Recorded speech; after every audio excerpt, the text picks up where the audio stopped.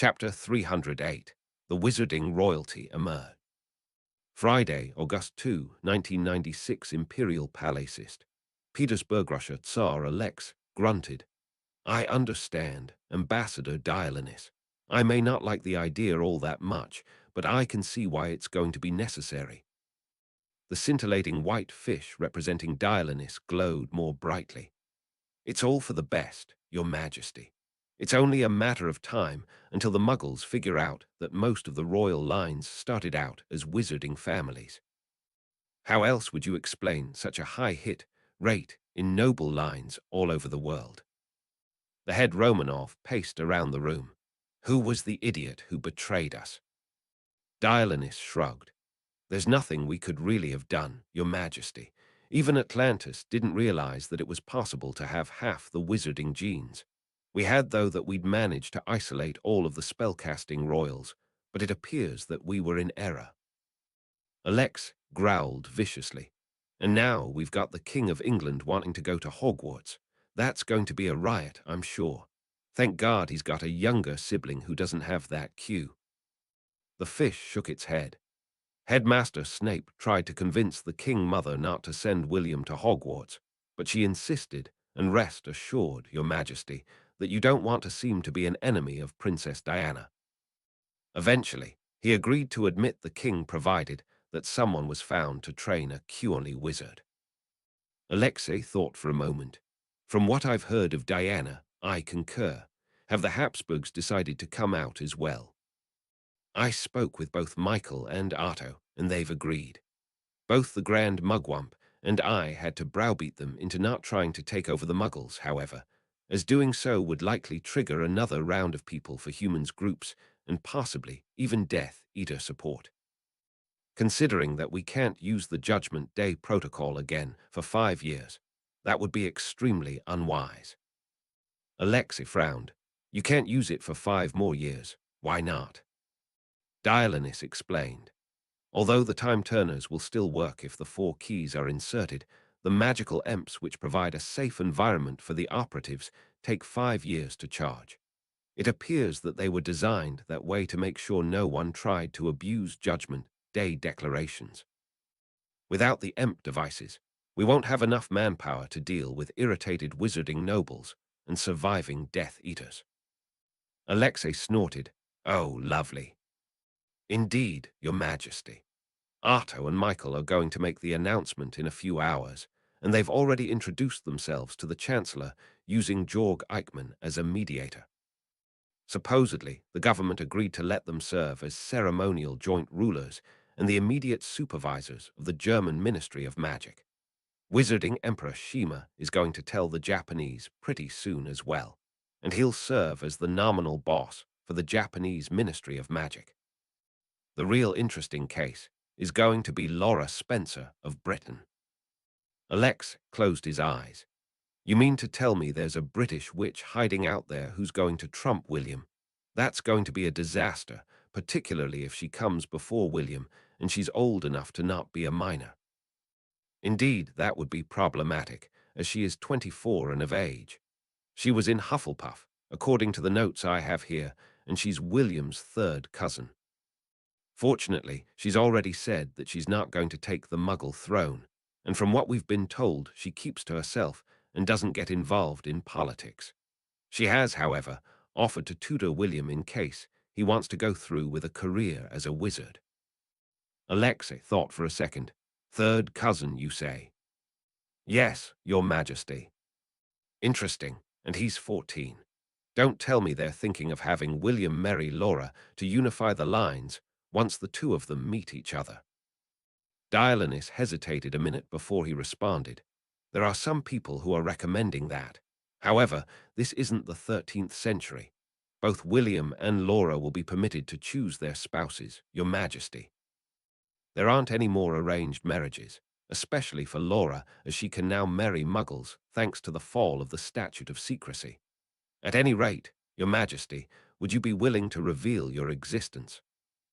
Alexei paused. Since it seems obvious we're going to be found out anyway, I don't see how we can avoid it. We'll do it, and God help us if there's a problem. A problem, Your Majesty. The communist regime which did in the Muggle branch is no more. You have nothing to be afraid of. Alexei bit his lip. One would think that, Ambassador. However, there are several pieces of information which seem to indicate otherwise. Indeed, Your Majesty. Is there anything we can do? Alexei sighed. To be honest, I'm not sure.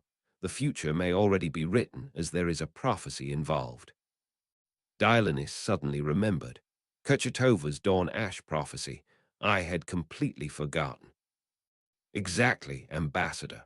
Although some things don't add up, the most obvious interpretation is that the entire Romanov line will go extinct within 6 years after the nuclear explosions on Judgment Day. If that's the case, the clock is ticking. Dionysus paused. That is a distinct possibility, unfortunately. The astrologers seem to all agree that if something is going to cause a problem in the near future, it's going to come out of the Ukraine. Alexei gasped. The Ukraine, God help us all. There are a lot of Celestines over there who don't particularly like wizards. However, that isn't the worst of it. Really, what else have you found? Alexei fidgeted a little. We don't have proof of this, Ambassador. However, there is tantalizing evidence that former Chernobog cultist Grigory Rasputin may have returned via a Horcrux, and he loved to manipulate my Muggle ancestors. Dionysus suddenly remembered. This jogs my memory a bit now, Your Majesty. Have you discovered any new information about Rasputin and his whereabouts? No, Ambassador. However, the fact that there are boatloads of Ukrainians trying to get into Atlantis is troubling, as if someone is orchestrating this to try to increase Ukraine's influence in Atlantis. There's also the Celestine attack on the Bulgarian Ministry of Magic. Although everyone seems to think it was Celestines, for all we knew it was Black Guard cultists trying to test their skills at Rasputin's behest. It wouldn't be hard for them to frame the Celestines. The fish frowned. I freely admit that we're surprised by the number of Chernobog cultists trying to get into Atlantis. However, all of them have passed the background checks. With all due respect, this seems like a bit of a stretch, Your Majesty. How sure are you about this? Alexei shrugged. Like I said, we have no proof, just a lot of circumstantial evidence. Where is Rasputin now? Alexei's shoulders slumped. I don't know, Ambassador. I honestly don't know. Headmaster's office, Hogwarts School of Witchcraft and Wizards United Kingdom. Snape chuckled at the message which had been sent to him express by Owl. It had informed him that his work on the wolfsbane pill had earned him a nomination for the Nobel Prize in Medicine. He had also earned an Order of Merlin, 2nd class, for his work on the pill, as well as the Grand Medal of Lugnag. Although he wouldn't mind these awards, he couldn't help but think that he didn't do most of the work on the potion. All he did was add a few preservatives and put it in pill form. Nevertheless, if someone wanted to give him an award, he wouldn't complain about it. What he thought was truly amusing, however, was the fact that one of the other Nobel nominees was the combination of Nicholas Flamel and David Hendrickson for the elixir of life as a cure for cancer. From what he knew about the elixir of life, Hendrickson hadn't done anything, he'd just stolen Flamel's notes. Flamel should have been nominated on his own, without Hendrickson as a co-nominee. It was blatantly clear that someone was trying to coax David Hendrickson out of hiding with the Nobel Prize. It was so obvious. Lure him to Stockholm and grab him when he picks up the medal. Snape couldn't imagine that Hendrickson would be stupid enough to fall for that. Then again, he'd been fooled before. Hidden cave system, at the edge of the continental shelf somewhere, south of Japan-Pacific Ocean. The joint rescue team of Japan, Rock-to-Rattle, and the Five Fins tribe had found the cave mouth an hour ago. Being in the tribe's territory, it was a known location, albeit one without function, and Chieftainess has correctly guessed from her scout's report that the marching trespassers were headed here. Of course, that was yesterday, and they could have moved away by now. On the other hand, the cave was a large and complex maze. A suitable site for an ambush, extreme caution was advisable. Luckily, they had two world's best equipment, to help them get a good picture of their surroundings. Unluckily, the submarines could only provide illumination, after they discovered, to the great discomfort of every merpeople present, that their sonar was not only audible, but way too loud for their sensitive ears. So it was up to Tony and his pair of magical eyes to warn the others if someone approached outside the small spot of light provided by the sub's lamps, which ended at the tunnel's first turn anyway. As they moved deeper and deeper in the cave, bringing out lamps provided by the Muggles, they came to a crossroad. Soldiers holding pistols and warriors gripping spears looked at the blindfolded merman with equal anxiety, and his soft words, "I don't see anyone or anything here for at least 100 meters," didn't do much to dispel the tension. The previous briefing's words came back to them. The target is a probably spellcaster, possibly with a wand and the same potential as a human wizard, with thousands of fanatically loyal followers who may or may not have magically enchanced weapons and armor. Coupled with over 100 potential hostages hidden somewhere, and in a terrain that effectively took their advantage of long-range weapons away, this could easily become a very nasty Charlie Foxtrot. In the end, they found no one alive after searching the tunnels stretching for several miles.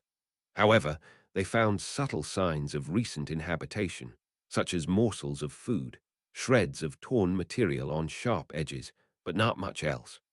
Whoever stayed there really took an effort to hide their track. As they left the cave, Kima suddenly got an idea. "Hey, Eyes, how about you take a look at the cliff wall near the cave, see if there is something hidden? After all, you can see through rock." As it turned out, her hunch was good. Not far from the cave mouth, a smaller hole was discovered hidden, all but invisible to the naked eye, behind a seamlessly placed rock. There was no movement inside as far as the blindfolded merman could tell, so they pushed the boulder aside, only to find a tomb containing the fresh corpses of a stabbed siren, a stabbed Japanese Muggle, and two other of the humans with many injuries from blunt trauma. All of them lay in separate graves, buried into stone, with Murmish and Gulliver plates telling their names and deeds, asking the ancestors to accept them among themselves. Taking Tony's word for it, the rescue team chose not to disturb the graves. Instead, they pondered about the puzzle they presented. Observatory Vault, Trapananda, South Pacific Ocean, west of the southern tip of South America. "Listen up, boys and girls. Your Magister is speaking to you." Merpeople of every possible color gathered in the room. Life in Trapananda was far from boring, with a dozen schools of magic peacefully and amiably, but very seriously contending with each other, and tens of thousands of spellcasters just having a good time. But the fact remained that many more wished to visit the outside world than the few authorized persons. Thanks to this, when the Crimson Circle's Magister await, the current official responsible for gathering new students had asked for volunteers to do some recon, which possibly included pacifying an errant wizard. So many volunteered that they didn't fit in the room. Now, over 100 of them waited in silence for him to speak. "I won't lie to you. This mission is going to be dangerous.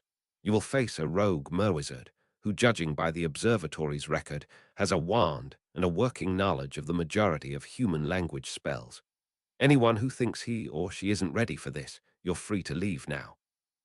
Same goes for those who didn't graduate yet or aren't confident in their spellsinger skills.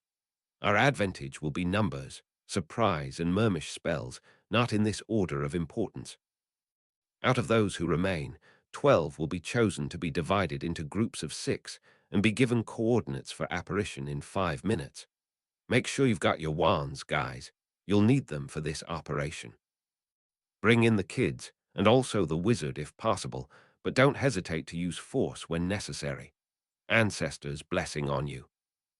Ministry of Magic, Sugarloaf Mountain, Rio de Janeiro, Republic of Brazil." Minister Ferreira was looking at the Guanabara Bay. He had just received a fast owl coming from Dumbledore. Apparently he and Flamel thought it was possible that Hendrickson was hiding in the Amazon rainforest.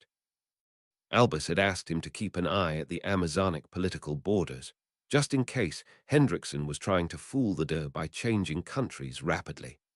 After all, an outlaw life in a border region would be greatly logistical. He could apparate to any point of the two countries by crossing the apparition barrier around each country. The minister had already ordered some Aura squads to be sent to the border of Venezuela and Colombia. Suriname, Bolivia, and Peru would have to stay unguarded. The Brazilian border was gigantic, and there was a limited number of Auras. Anyway, Ferreira thought it would be enough. Pedro José Ferreira had become Minister of Magic in 1994, following the retirement of the ancient Minister Mary. Appointed by the Imperial Supreme Court and approved by the Emperor, he was a young and prepared man. However, nothing could have prepared the ministry for the Super Bowl breach. At first, he tried to contain the breach of the Statute of Secrecy in Wizarding Brazil by sending Oblivators to each provincial capital. Needless to say, they failed, and the existence of wizards soon became known by the people. Following the example of the American Secretary Radnor, he and President Fernando Henrique Cardoso confirmed to the people that magic did exist, although they preferred to not mention that the Republic had still an emperor, D. Pedro V. After all, the monarchy had lost the constitutional polls of 1993 by a margin of 90%. In fact, it was extreme luck that the monarchy was able to withstand the proclamation of the Republic.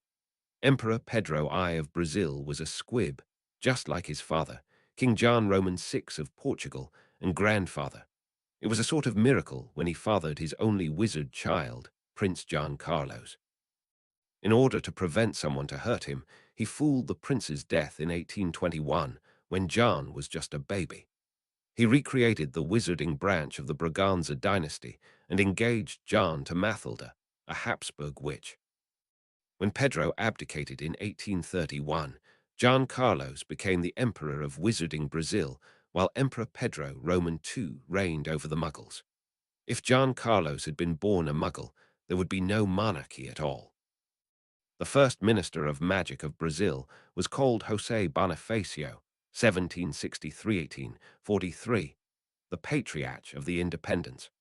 Bonifacio is a unique example of a wizard ruling over both wizards and Muggles, since he was the Prime Minister of Brazil too.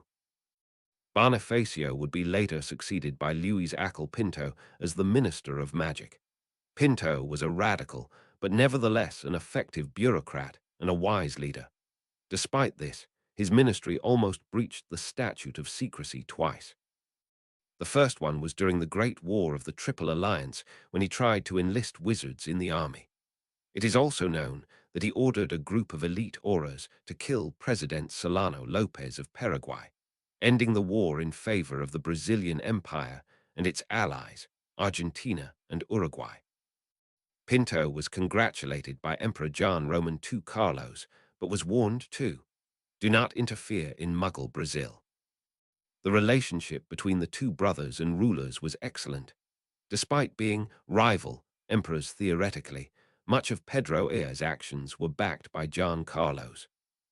The emperor also helped much the wizarding community when he built the Palace of Petropolis and confiscated the area around it in order to protect the Brazilian school of witchcraft and wizarding, founded back in 1808 by the Portuguese Minister of Magic after the court had fled to Brazil, fearing the mighty Grand Armée of Napoleon.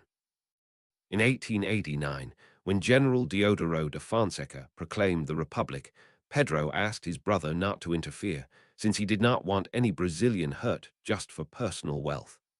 John accepted, reluctantly. Minister Pinto did send some auras to the palace, though, causing his dismissal.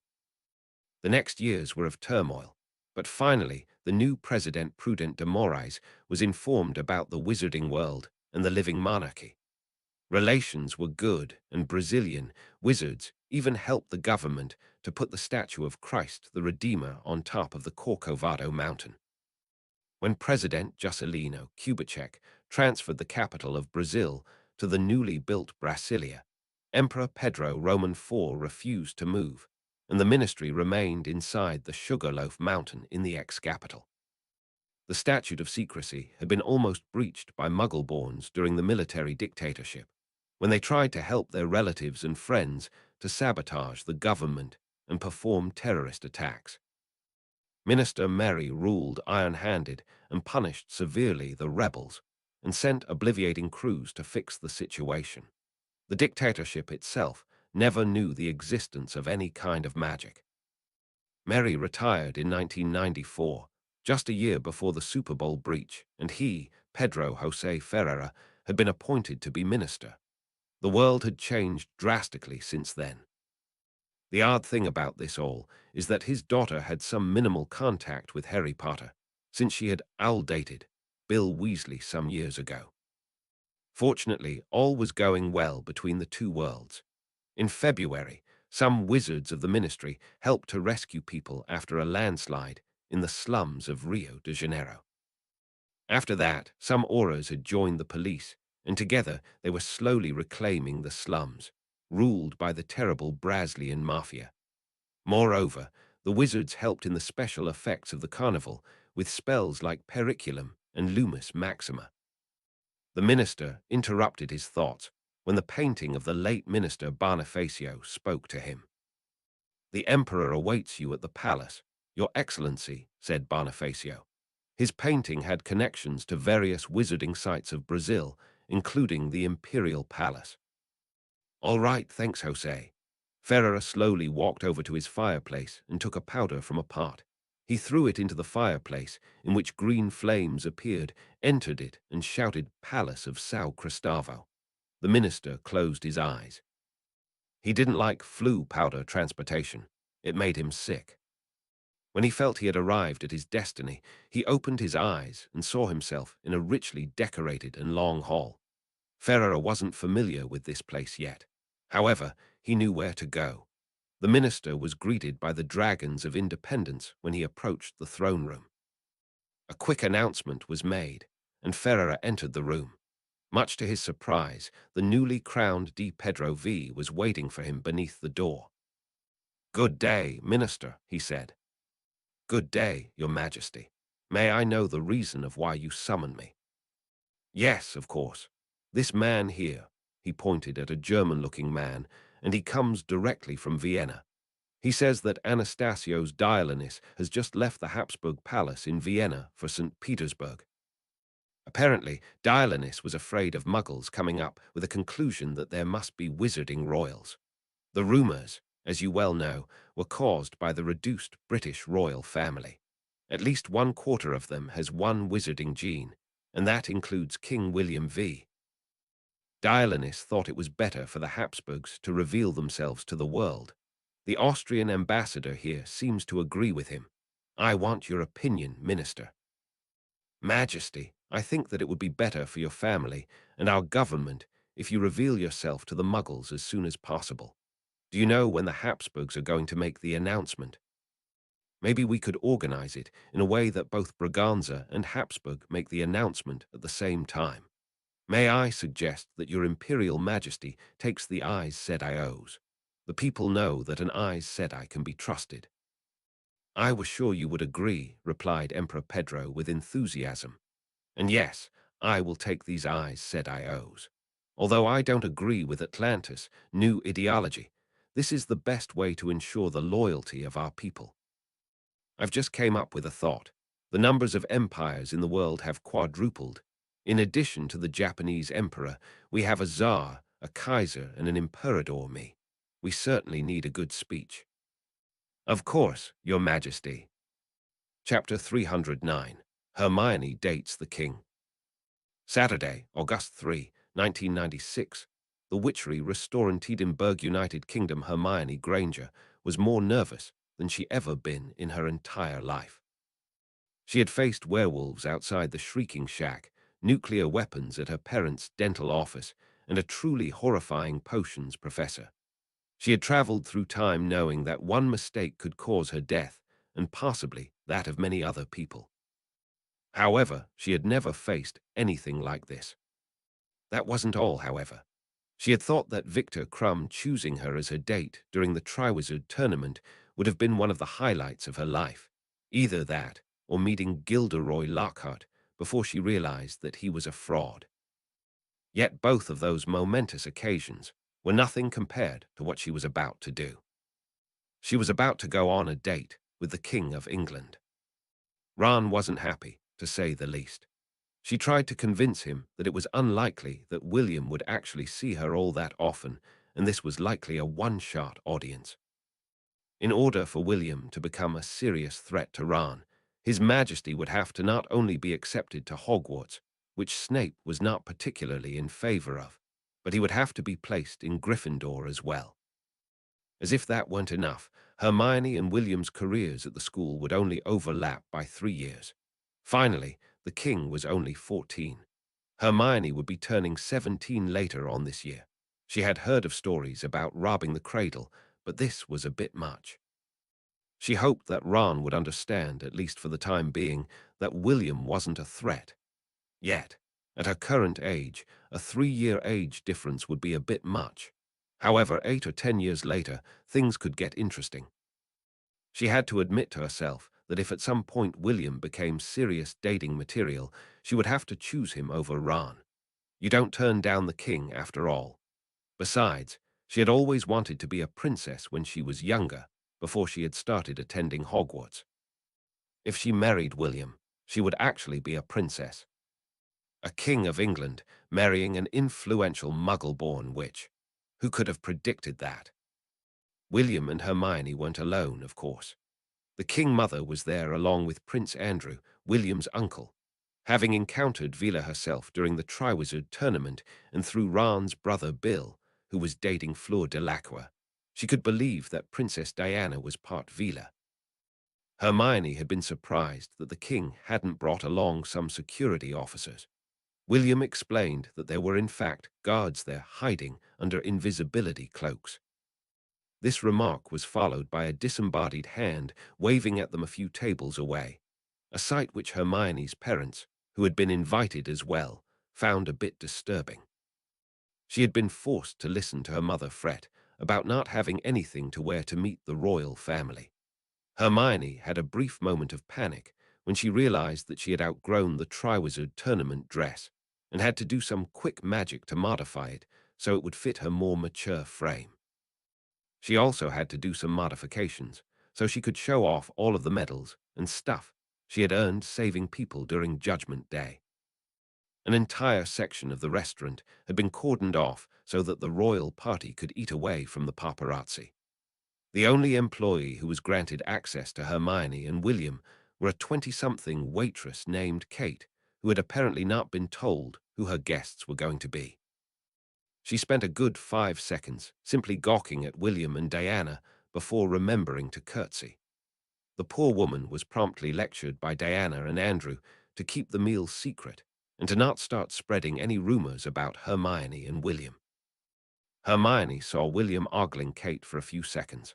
Although virtually every single boy in her class ogled cute girls when they were 14, she felt a brief surge of jealousy. How dare William even look at Kate? Did William seriously think that he'd marry Kate? The feeling passed quickly, however, when William simultaneously saw Hermione and his mother staring at him. Apparently even a king could be embarrassed. The Pentagon. Radner didn't like what he was hearing. What do you mean? You're not going to destroy it? General Mears nodded at the newly confiscated Philosopher's Stone, which was sitting for the moment on his desk. Hear me out, Secretary. Yes, I know that the stone is dangerous, and we had originally intended to destroy it. However, it occurred to us that we need to work with it more. After all, the elixir of life could be useful to save our men on the battlefield. Mears lifted his hands in resignation. We're not using it to extend people's lives indefinitely, Secretary. We're using it to heal people who have been injured in war. Radner shook his head. Although that's a commendable thing to do, the simple fact is that the same substance which will be saving the soldiers' lives can be used to extend life indefinitely. It's too easy to abuse. The only thing I can think of would be to modify the elixir when you make it so that. He suddenly cut off mid-sentence as he realized something. Wait a minute, General. How can you even make the elixir of life? You don't even have a wizard, let alone the instructions." Mears was silent for a moment. Finally, he looked at Radner hard. "That's classified information, I'm afraid. We—" Radner's anger boiled over. "Classified. I'm the Secretary of Magic. I need to know about things like this. Good God, you messed around with the computers in Harold Green's lab when you went in and picked up the stone, didn't you?" The general winced. "I see it took a wizard to figure that out. Please don't tell anyone, Secretary." "Did you have a warrant for that?" General looked at him apologetically. "The warrant was for retrieval of the stone and any information related to the stone. It was phrased that way so that we could get the instructions as well." "And you think that you're not going to be corrupted by its power?" Mears nodded emphatically. "Everyone who will be working with the stone will be swearing unbreakable vows to not abuse it or leak it to the public. It is similar to what you fellows call working with the Department of Mysteries." Radner couldn't tell whether Mears was telling the truth or not. He sure hoped he was. He decided to change the subject. "Where'd you get the wizard from?" "Where else, WSC? Full eyes, said I, and please keep that classified." Radner thought about that for a moment. That might actually work. The wizard couldn't renounce any of the oaths, and he couldn't lie. The stone couldn't be used as a weapon, so he didn't need to worry about that. A chilling thought occurred to him. If the Eyes Sedai interpreted the Pentagon's orders as the laws of the land and was given orders which did not technically violate one of the other 5 oaths, he'd have to follow them even if the Pentagon had ulterior motives for them. The Secretary of Magic winced. "You're treading on dangerous ground here. I'm going to have to insist that we at least monitor your work with the stone. WSC may be fine and good, but they're only human." Mears shrugged. "Be my guest. He'll need to go through a thorough security check, but I doubt that will be an issue." "What about foreign spies? Once other countries find out about this, they're going to want to get in on the action." Mears stood apparently. The interview was coming to a close. "We've got top men working on it right now." "Top men?" "Hidden cave system, at the edge of the continental shelf somewhere, south of Japan-Pacific Ocean." "This doesn't make any sense," growled a Japanese aura. "What kind of a sick bastard witnesses a storm destroying a fleet, only to kidnap the crews, and then bury the casualties as if they were his own? They have spread out around the cave entrance, searching for more bodies or any clues, but so far they found nothing. Even as they wandered off, so far they had to resort to radio." "I think I know why he did it," responded Merchieftainess Asmera. "The demon wants to seduce my warriors into his own tribe. Many of my people are reckless. They wanted the whalers dealt with. Some of them have already deserted me, and many more are on the brink of following them. He crushes the boats, captures the humans, shows them he could kill them all if he wanted, and makes them promise no more dolphin killing." "That still doesn't make any sense. There is no such a thing as a demon. It's just a wizard using magic." But the tribal leader wasn't that easy to convince. "No wizard can take the shape of our kind." "Well, then it's a merpeople wizard, merwizard, whatever." "Puzzle solved. Just hunt him down, free the hostages, go home and be happy," said the Japanese wizard. Of course Asmera didn't think so. "There are no wizards among my kind. It is known." A new voice, one of the Rock-to-Rattle soldiers, interrupted. "Sorry, but that's just not true. In my city, merwizards are born from time to time, but they are dangerous. Somehow they can't be properly trained. At least that's what I heard." The aura thought about it, then realized something. "But even if he is a wizard, there is no way to destroy all those boats this way with spells. I've seen the wrecks. They look like they were smashed by the storm of the century, scattered over such a great area. It would take a high number of wizards, dozens or even hundreds, to do such a thing." The chieftainess rolled her eyes. "Thank you, wizard, for the sleepless nights when I ponder just how many of this guy is out there against me.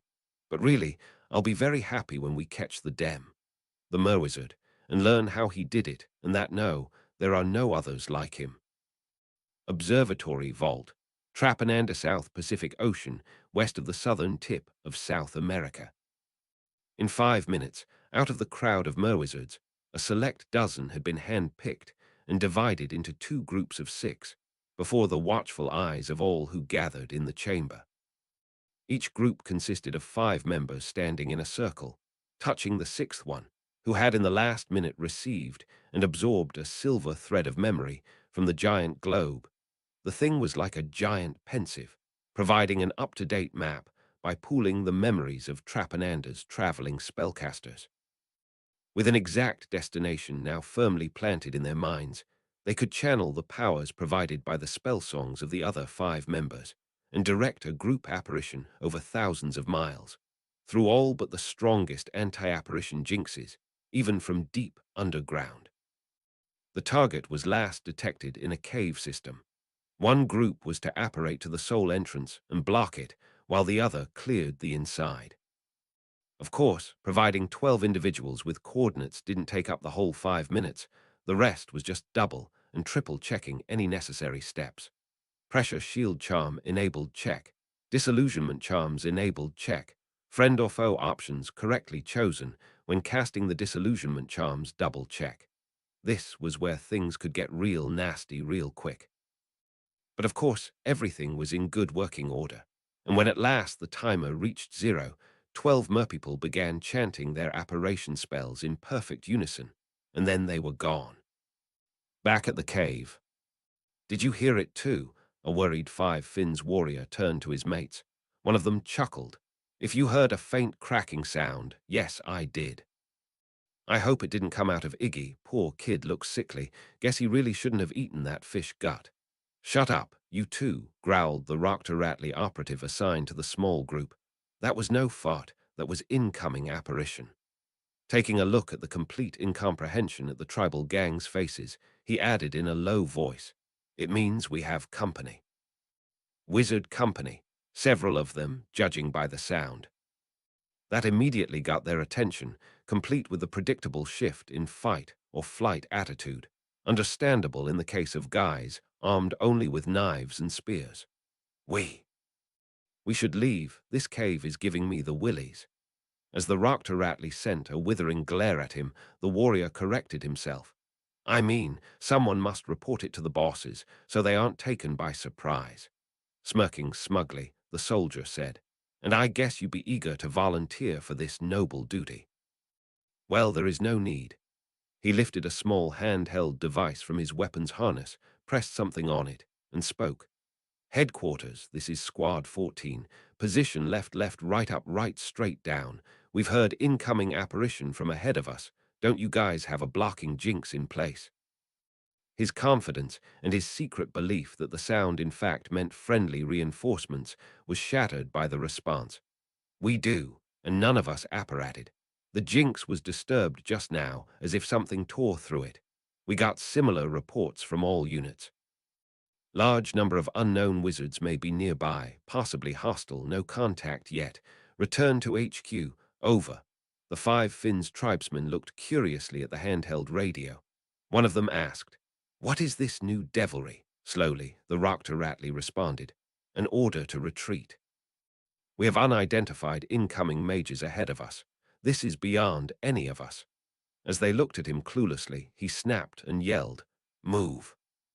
Cave in trance. Large number of unknown wizards may be nearby, possibly hostile, no contact yet. Return to HQ, over. Tony put down the radio and turned his attention away from the cliffs. Then his blood froze as he spotted 6 merpeople, transparent to his magical eyes, meaning some form of magical invisibility very close behind his back, right in the middle of his squad.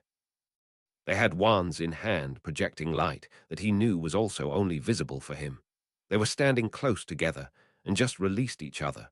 They were of mixed ethnicity, a trait almost exclusively restricted to Rattle, as far as he knew it.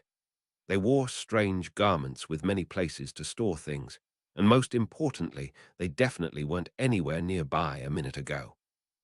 His normal-eyed squadmates didn't notice anything, but as his mind raced, he already made quick plans, factoring everyone's location. One of the merwizards, or rather, a merwitch, wand raised, swam right behind him to take a look at the interesting rock formation he has been inspecting until now. The spellcaster approached him from behind, where the blindfold was obscured by hair, so she didn't realize what it was, and thus didn't begin to wonder how could he see through it, and just what else he can see through. It was an easy mistake to make. Before she could even blink, the merman spinned around, grabbed and twisted her wrist with one hand so she let go of her wand, and pulled her in a choke hold, pointing a gun at her head, and yelling, "Freeze, ashat and ers." And they did. As he grabbed the girl, she faded back to the visible spectrum, and now every member of the squad pointed something deadly at her. A heartbeat later, the remaining 5 merwizards got over their surprise and pointed their wands at them. This was about to get nasty, Tony realized. Trying to avoid bloodshed, he yelled again in Gulliver, "You 5 merwizards in front of me, we see you.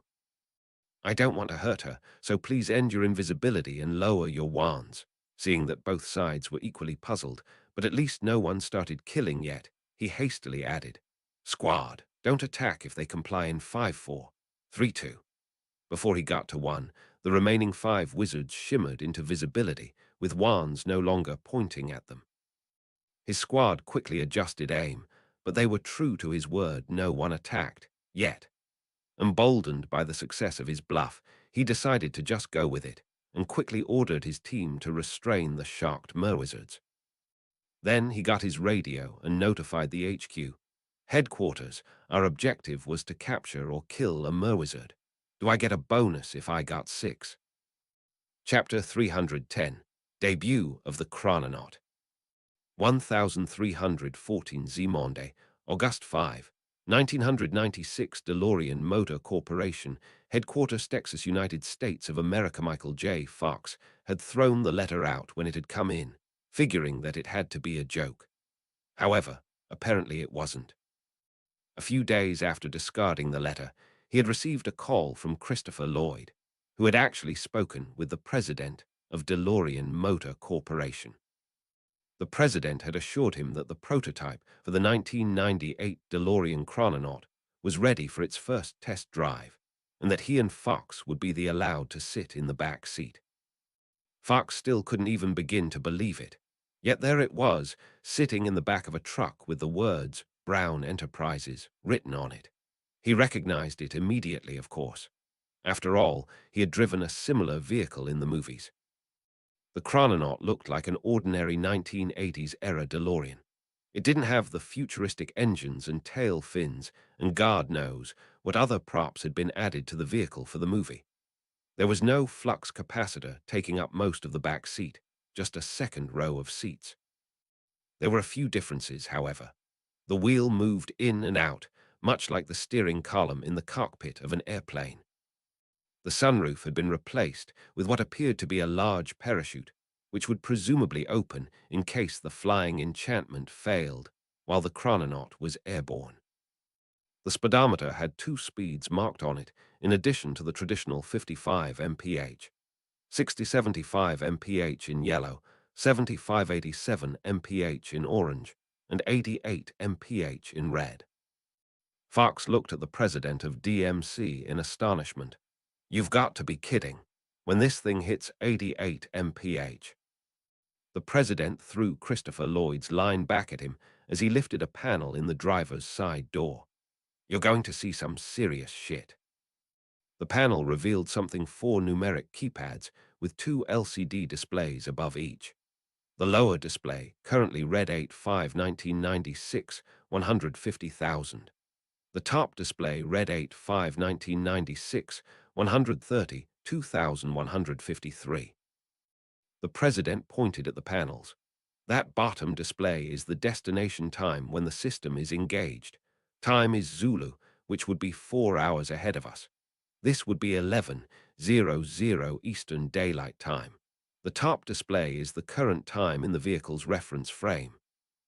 Fox gasped. "Good God, you actually did it." "Indeed we did, Mr. Fox. The time turner is hidden in the engine compartment somewhere, and will be spun automatically when the car hits 88 mph. Once that happens, the vehicle and all of its contents will be transported through time if the control code has been entered, the system is armed, and the car is airborne. Control code. The president nodded. The control code is a 20-digit number which will be given to customers once they have passed their pilot's examination and have taken all of the relevant training for using the chrononaut. If there is no time turner in the vehicle, it will still be necessary to get the car airborne. Fox nodded. The time turner is optional then. Indeed it is, Mr. Fox. It costs $75,000 extra and will not be released to the customer unless the customer has convinced the wizards holding the time turners that they will travel through time responsibly. Fox whistled. How far back or ahead can you go? The president shrugged. In principle, there's no limit. However, we've installed a 7-day window for safety purposes. In theory, someone can do a bunch of 7-day jumps, but that's a bit convoluted. Ironically, there's a minimum time jump of 10 seconds to make sure that the car doesn't crash into itself when it reappears. Fox sat behind the wheel. Can I drive it up to 88 mph in the demonstration? The president shook his head. I'm afraid not. The wizard who provided the time turner and assisted with the project is going to be doing that. He knows what's going on, and he's going to abort the mission immediately if there are any problems. Fox was about to say something when he heard Christopher Lloyd enter the room and exclaim, "Great Scott! You made a time machine out of a DeLorean." Fox grinned. "That's my line, Christopher." "Indeed it is, Michael. What do you think? Impressive, isn't it?" Fox nodded and turned back to the president of DeLorean. "Are there going to be fire trails and so forth when the vehicle transitions to the destination time? That could be problematic." The president shook his head. "There's going to be a bit of a snapping sound similar to that of an apparition, but that's it. No flames, no explosions, nothing. The car will disappear and reappear without much fanfare." "Have you sent passengers through time before yet, either canine or human?" In the movie, Dr. Brown tests the time machine with a dog before sending humans through. The president smiled. "Yes, we have, Mr. Fox. There's a brief moment of disorientation, but other than that there aren't any problems. Since the vehicle is airborne, it's unlikely to hit anything in the half-second or so it takes for the driver to figure out what's going on." Fox nodded. "So that's why the vehicle has to be airborne to travel through time. You don't want it to appear on top of something. However, there's still another problem. What happens if there's an airplane or something occupying the space the car is going to appear at in the destination time? The vehicle will be destroyed. There isn't really much we can do about that. Hopefully, the driver will research the destination time enough to figure out where things are going to be. As far as airplanes go, the vehicle has to be at least 1,000 feet up and at most 2,000 feet up to transition. That's high enough to get away from the buildings, but low enough to avoid airplanes. It also gives the parachute enough time to open in case of emergency. Bird strikes are possible, but the car will survive those without an issue." Fox nodded. "What happens if the car is hit by lightning?" "Nothing. The surface of the chrononaut is made of a conducting metal, so the passengers will be unharmed. And to answer your other question, no, the time machine will not activate." "I'm sorry to cut off the discussion, but we're getting close to showtime, and we need to brief you and Christopher on the demonstration." The parking lot outside DeLorean's headquarters was thronged with people, many of whom were wearing Back to the Future shirts and paraphernalia. Virtually all of them were carrying signs which read either "Take me to," "Fix this thing which happened X years ago," and "I love you, Michael J. Fox." Fox and Lloyd, thankfully, didn't have to listen to all of the shouting fans and worry about the autograph seekers and news reporters. They had already done their pre-travel press conference in front of a gaggle of reporters, far away from the crowd.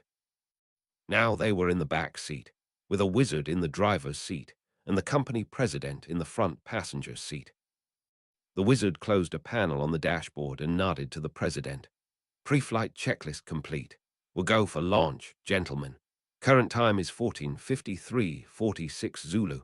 Let's get her airborne.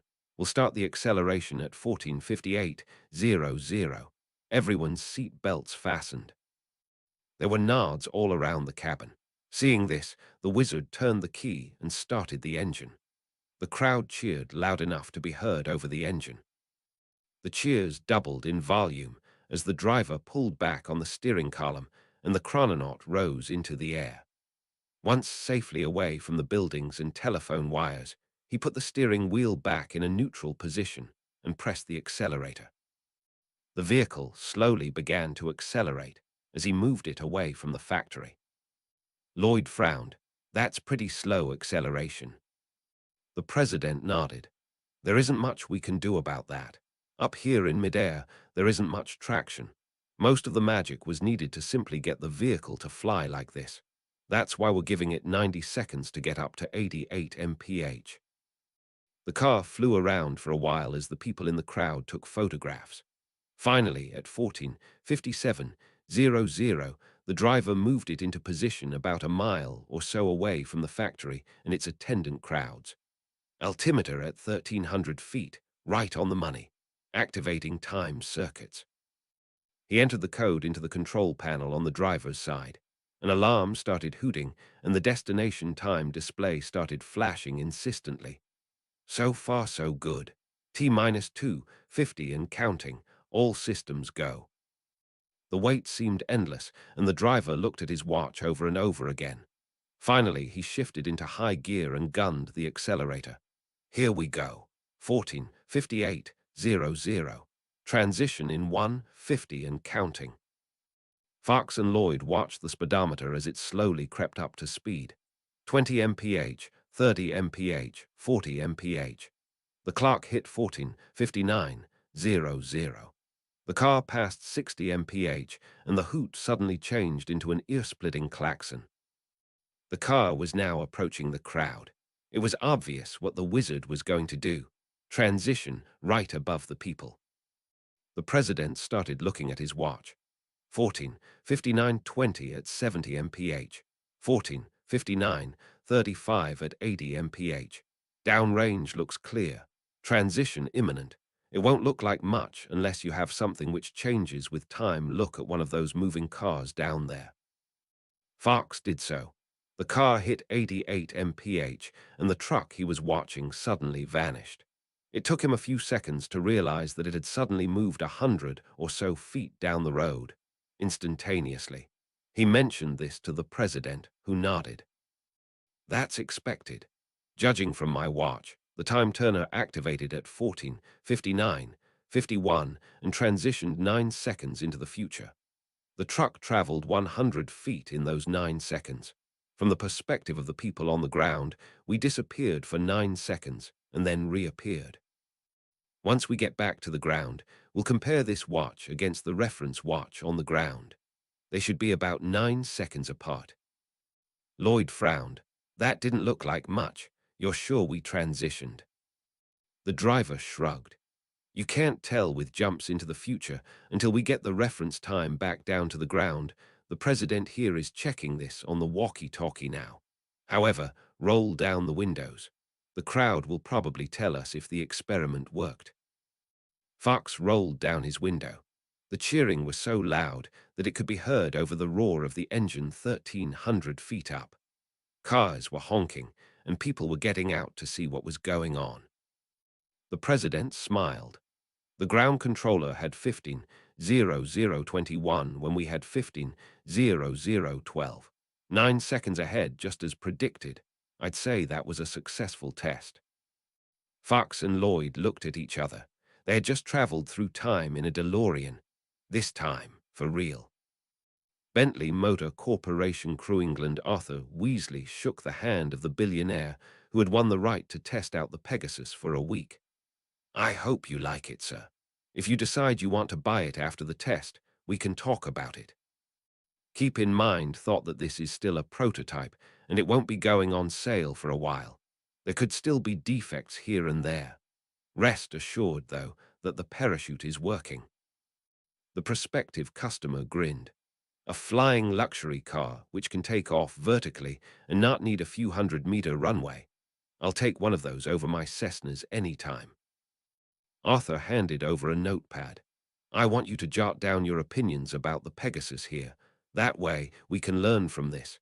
If there's something you think we should change, tell us. The billionaire nodded. I will, sir. Now, if you will excuse me, I've got to visit my daughter on the golf course. Arthur waved and watched as the man climbed into the car and took off. Both he and the president of Bentley had been amazed at the interest the public had in the Pegasus. Granted, the vast majority of people weren't going to be able to shell out £500,000 to buy it. However, it was getting to the point where Bentley was considering renting Pegasi for £5,000 a month. Although that was still out of reach for most people, it increased the prospective customer pool from maybe 0.01% of the population to 0.5%. The Pegasus vanished into the distance as Arthur walked back into his office to see his manager with a scowl on his face. Arthur froze. What happened this time? Cautiously, he asked the man what was going on. The man grunted. We've got a problem. An American company just announced that they are also working on a flying car with an obnoxious twist. DeLorean Motor Corporation. Recognize the name. Arthur shook his head. I'm afraid I don't, sir. Is it another luxury brand? The manager chuckled. I'm not surprised that you don't recognize it. It supposedly went out of business in the 80s. It was a low-range luxury brand with an unusual design. Gull-wing doors. The only reason people remember it is because it appeared in a science fiction movie where it gets souped up and flies. Arthur got the point immediately. This competitor decided to make the car just like the one in the movie, so they got it to fly and figured the movie would advertise it. Exactly. The car is going for $100,000, or about £50,000. It's not as fancy as the Pegasus, of course. However, it's got a quirk that we don't have. One which is going to make or break it, and has gotten the American Department of Magic completely riled up. Oh, what's that? The manager looked out the window in concern. It's a time machine. Arthur blinked. Come again. One of the options, albeit an expensive one, is one of those devices you wizarding chaps call a time turner. The car in the movie could travel through time and got a flight conversion when it was in the future. So they made this one travel through time as well. Arthur frowned. Time travel is dangerous. My son is dating Hermione Granger, and this time the manager looked surprised. The teenage witch who saved half of London. I thought she was seeing King William. Arthur hesitated. Ron had said Hermione had told him that she had gotten an audience with the king. However, she had insisted that it was unlikely that anything would come of it. Still, Arthur knew that Hermione tended to fall for important people and heroes. She had gone gaga over Quidditch player Victor Crumb, as well as the wizard-turned-Muggle fantasy author Gilderoy Lockhart. For someone growing up with Muggle parents outside of London, you couldn't get more important than the king. If the king was interested in her, Ron would likely have a problem. He wrenched himself back to the issue at hand and turned back to the manager. As far as I know, they're still dating. At any rate, Hermione traveled through time and knows firsthand that time travel is dangerous. I suspect the Ministry of Magic is going to come down very hard on DeLorean. If the purpose of this new model. The manager broke in. It's called the DeLorean Chrononaut. Arthur nodded and continued. If the Chrononaut is intended to be an exact duplicate of the vehicle used in the movie, either Atlantis or Secretary Radner is probably going to put it out of business by telling them they can't use the time turner. Once that happens, they will either be forced to turn it into a flying car or discontinue it completely. If they do the latter, it's good. If they do the former, they're probably going to knock the price down, which would make it even more of a competitor than it is. You may be interested to know that Due to an incident involving time turners a few years ago, our Ministry of Magic enacted new rules regulating use of time turners. If DeLorean had tried to develop this car here in the United Kingdom, it would have been illegal. The manager whistled. It's interesting that you bring up the American Secretary of Magic. Supposedly he went berserk when he found out about this. Too overworked to deal with the chrononaut at this point, he's instructed the Deputy Secretary of Magic to come down on DeLorean like a ton of bricks. They've already got a missing philosopher's stone. Now they're going to have a bunch of time travelers as well. Let's hope whoever Radner's flunky is puts his or her foot down and allows us to keep our monopoly on flying cars. Arthur shook his head. They can always get rid of the time turner option, rename it the Aviator or something like that, and sell it as a $100,000 flying car. The manager drew a deep breath. That's what I'm concerned about, Arthur. That's what I'm concerned about. Cromwell Residency, Huntsville, TX. Teresa Cromwell picked up the phone. Hello. Teresa, it's Joe from Union Industries, your former manager. Teresa blinked. Hello there. How are you? Fine. I'd like you to know that we want you to come back. We've gotten rid of the wizard who took your position. Are you still available? Teresa's eyes widened, and she laughed. Of course I'm available. I'll come back next week if you want. Fine with me. Same salary and same seniority. Agreed. I must say, Joe, what prompted you to get rid of the wizard? Didn't you need the money? Did he misbehave at all? He didn't, Teresa. Apparently the Department of Magic found out about your suit and realized that wizards taking Muggle positions during a recession would open a nasty can of worms. Radner told President Clinton, and both men immediately started putting pressure on Eric Street to tell WSC to rein in what they were doing. Street eventually agreed that WSC should only be providing people with magical services which could not be performed by Muggles. He convinced our new employee to go to a different position. The wizard agreed, so you can come back. Teresa punched her fist in the air. I'll take it, Joe, I'll take it. Enfield, the wizard walked into Radner's office and saluted. Sir, we've got a bit of a problem. Radner winced as another brief bout of dizziness overtook him. Although wizards were in better shape than most Muggles, the simple fact was that he was 78. He couldn't take much more of this. The Department of Magic was still trying to clean up after Judgment Day, as well as deal with counterfeit money, a missing philosopher's stone, another philosopher's stone in the hands of the military, and someone who was trying to make time-traveling cars.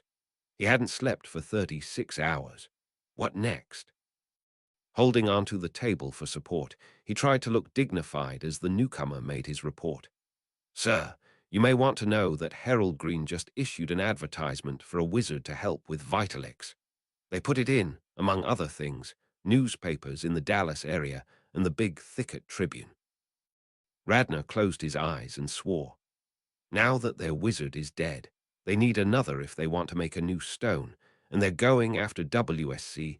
Now that Street put a bunch of WSCers out of business by ordering that they not take jobs where they do the work of 5 Muggles. That's what it looks like, sir. Radner's eyes widened. That means they've still got another copy of the notes around there somewhere. Here's what I want you to do. Tell Ken Franco to send an Aura down there who knows enough about alchemy to get the job. Make sure the Aura gets the job, cheat if necessary. Once he gets the job, have him tell Green that he needs the instructions. When Green takes them out, destroy them. In the meantime, I'll order that Green be subject to a tracking spell. We have to assume that he's going to copy the instructions from the original source before handing them to the new wizard. Once we know where the originals are, we destroy those, and Herald Green is out of the Vitalix business. Radner's guest grunted. You can track Muggles, is that legal? I'm not sure. However, I'm considering this a national emergency, so we don't have much of a choice here. I see. What about the Pentagon?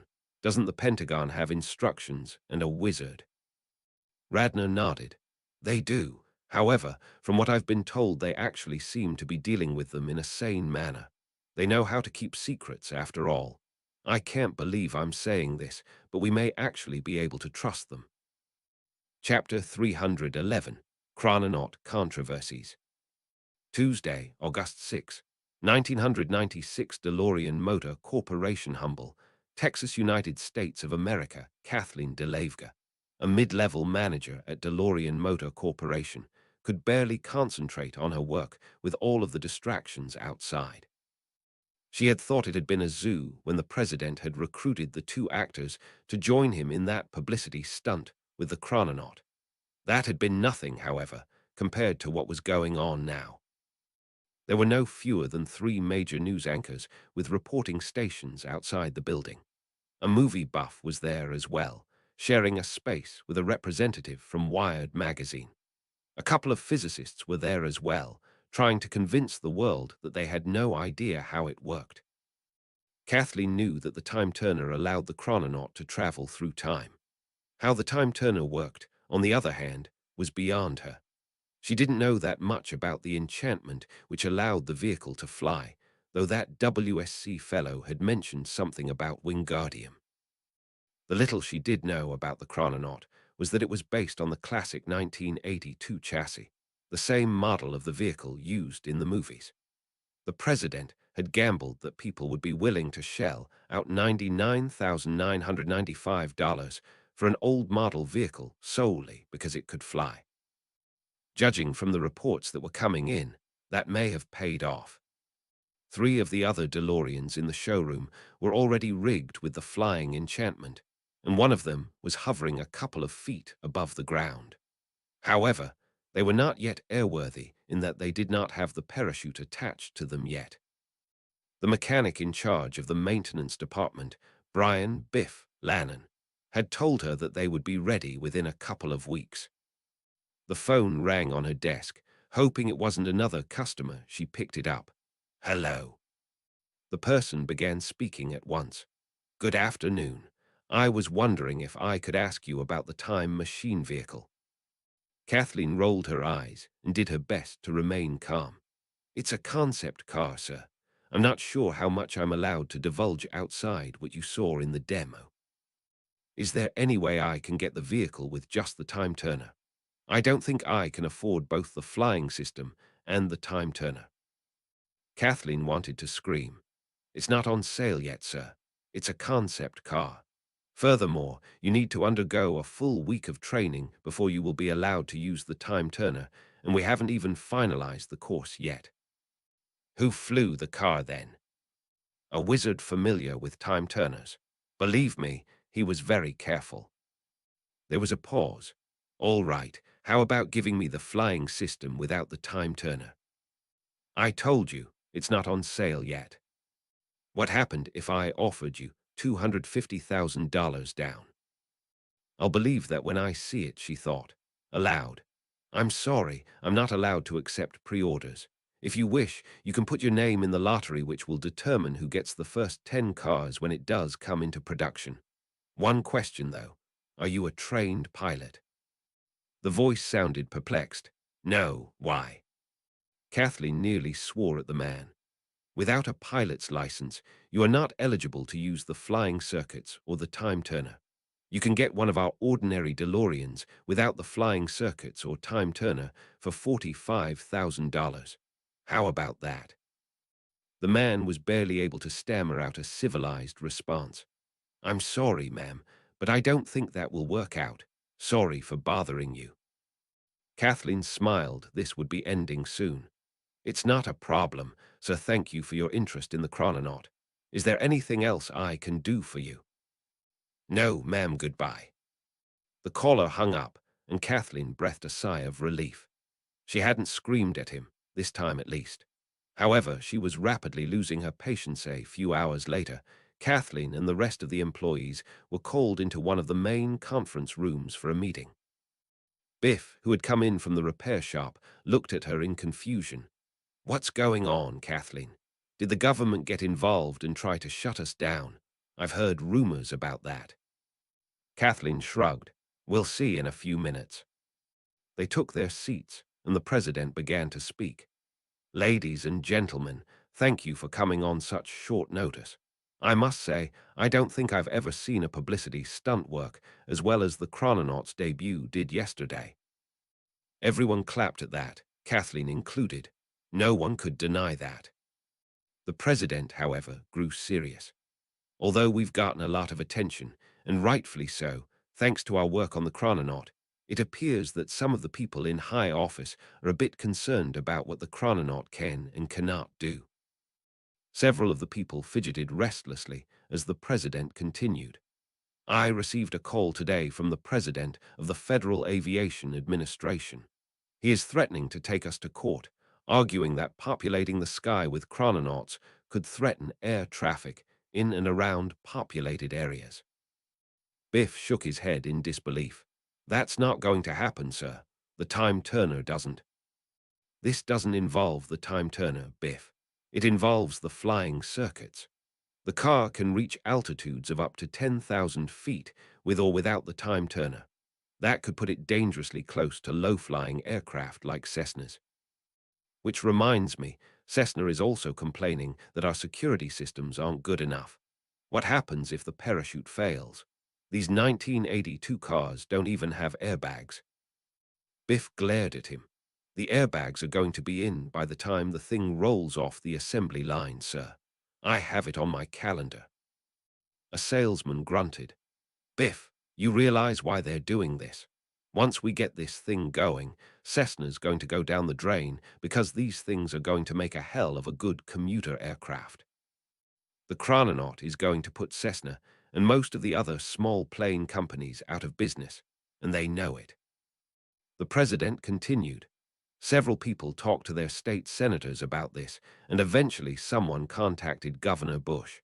Bush, after a lot of debate, asked that we spend more time looking over safety issues. Both GM and Ford concur. Someone in the back of the room snorted. My guess is that if this thing didn't have a 70 mpg fuel rating at 1,500 feet, he'd probably relent. The more oil that bastard gets us to use, the better. Hell, that 70 mpg fuel rating is probably why Ford and GM are ganging up on us. The president nodded. That's exactly it, Larry. However, that's not the worst of it. I also received a surprise visit in person from Shauna Santana, the witch who's in charge of the Big Thicket facility. She wants her time turner back, and she's not happy that it got out in the first place.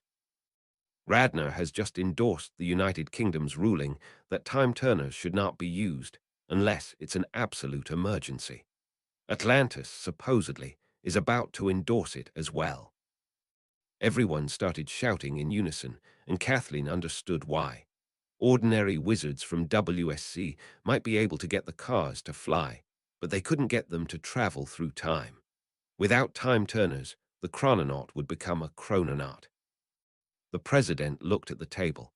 I've tried to convince her that since we received the time turner before the injunction came out, we should be allowed to keep this one. Yes, that would mean that would be only one possible time machine. Unless one of the wizards in this room is able to reverse engineer that thing. One of the wizards shook his head. Too dangerous, sir. I've never worked with time turners before, and if we break this one, you've got no. The president glared at him. I'm paying you big bucks, Oscar. If you don't think you can handle it, we can always let you go and ask WSC for someone else. Someone's going to have to do it, however, as Santana didn't buy it. The wizard deflated. I'll do what I can, sir. In the meantime, do what you can to stall her. The president chuckled bitterly. You think like me, Oscar.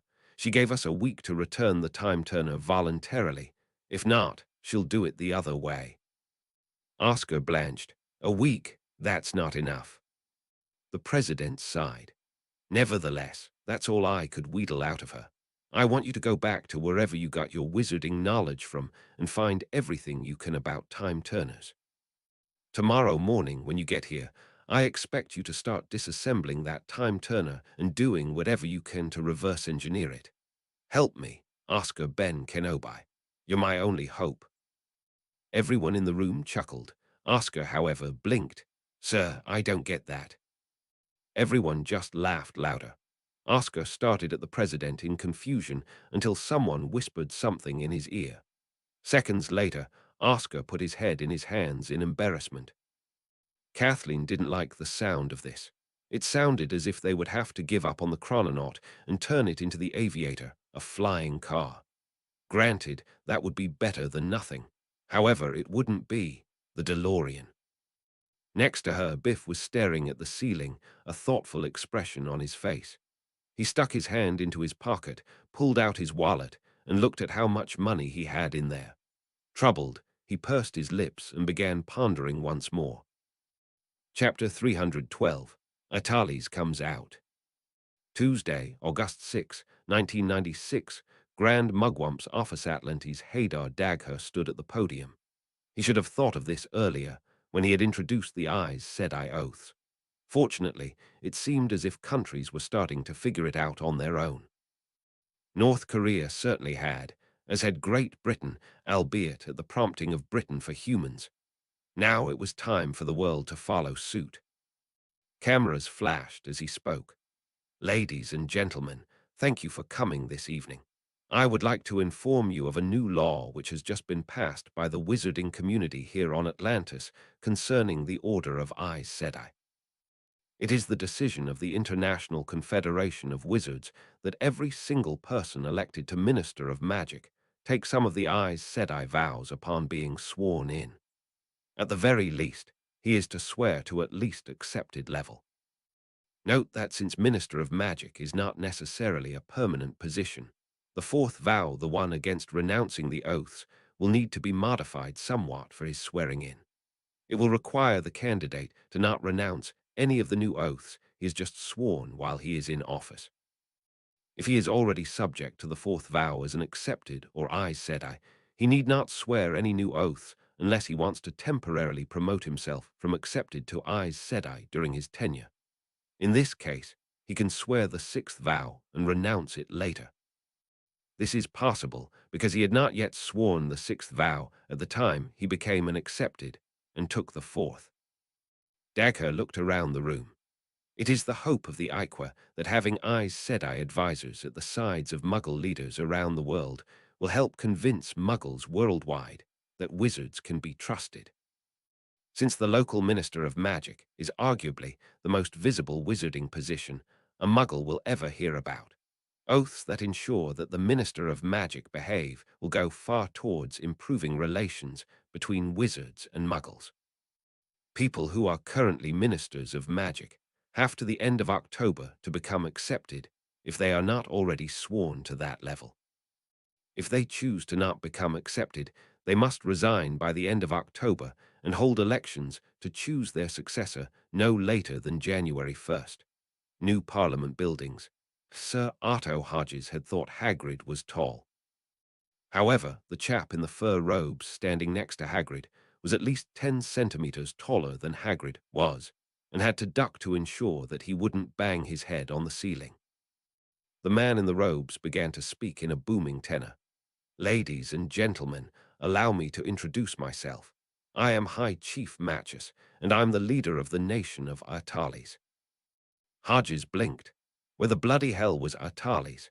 Was this another nation where weird monsters came from, in this case giants? He looked at the people around him, who were talking excitedly to each other. It seemed like he was not the only person who was curious about this. Matchus waited for the din to subside before continuing. Many of you are probably wondering where Atlantis is. Well, it's a nation centered on a couple of islands in the Canadian Arctic. It's the homeland of the short giants and their cousins, the half-giants. We call ourselves Aedi. There was a gasp at that, which Matchus noticed. I see you're familiar with the Muggle legends of the Yeti, the abominable snowman, Sasquatch, and Bigfoot. Atlantis is in fact the source of most of those stories, particularly the sightings in the Canadian Northwest. Although for the most part we try to make sure the Muggles didn't see us, I admit that several of my predecessors didn't have a very good track record of keeping everything under wraps. Matchus's face looked serious. Be advised that the fact that we wear robes of animal skins and are 11 feet tall does not imply that we are a primitive hunter-gatherer civilization. Far from it, in fact. We have a state council, national library, and many of the other features of an advanced civilization. Furthermore, as you can tell, we don't talk in grunts and flail around with clubs. Granted, some of our words may be pronounced in odd ways, but that's because we're using an obscure dialect of English. The reason we wear animal skins a lot up there is because it's, well, cold. The only reason I'm wearing one here is because this particular skin is a ceremonial one used for public speeches.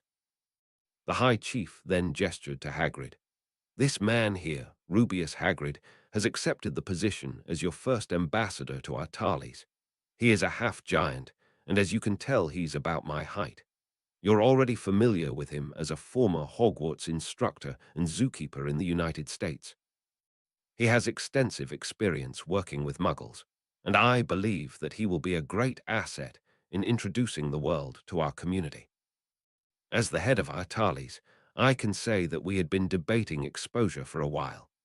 The fact that you were already familiar with our species through Hagrid helped a lot, especially when people began to see him simply as a tall human.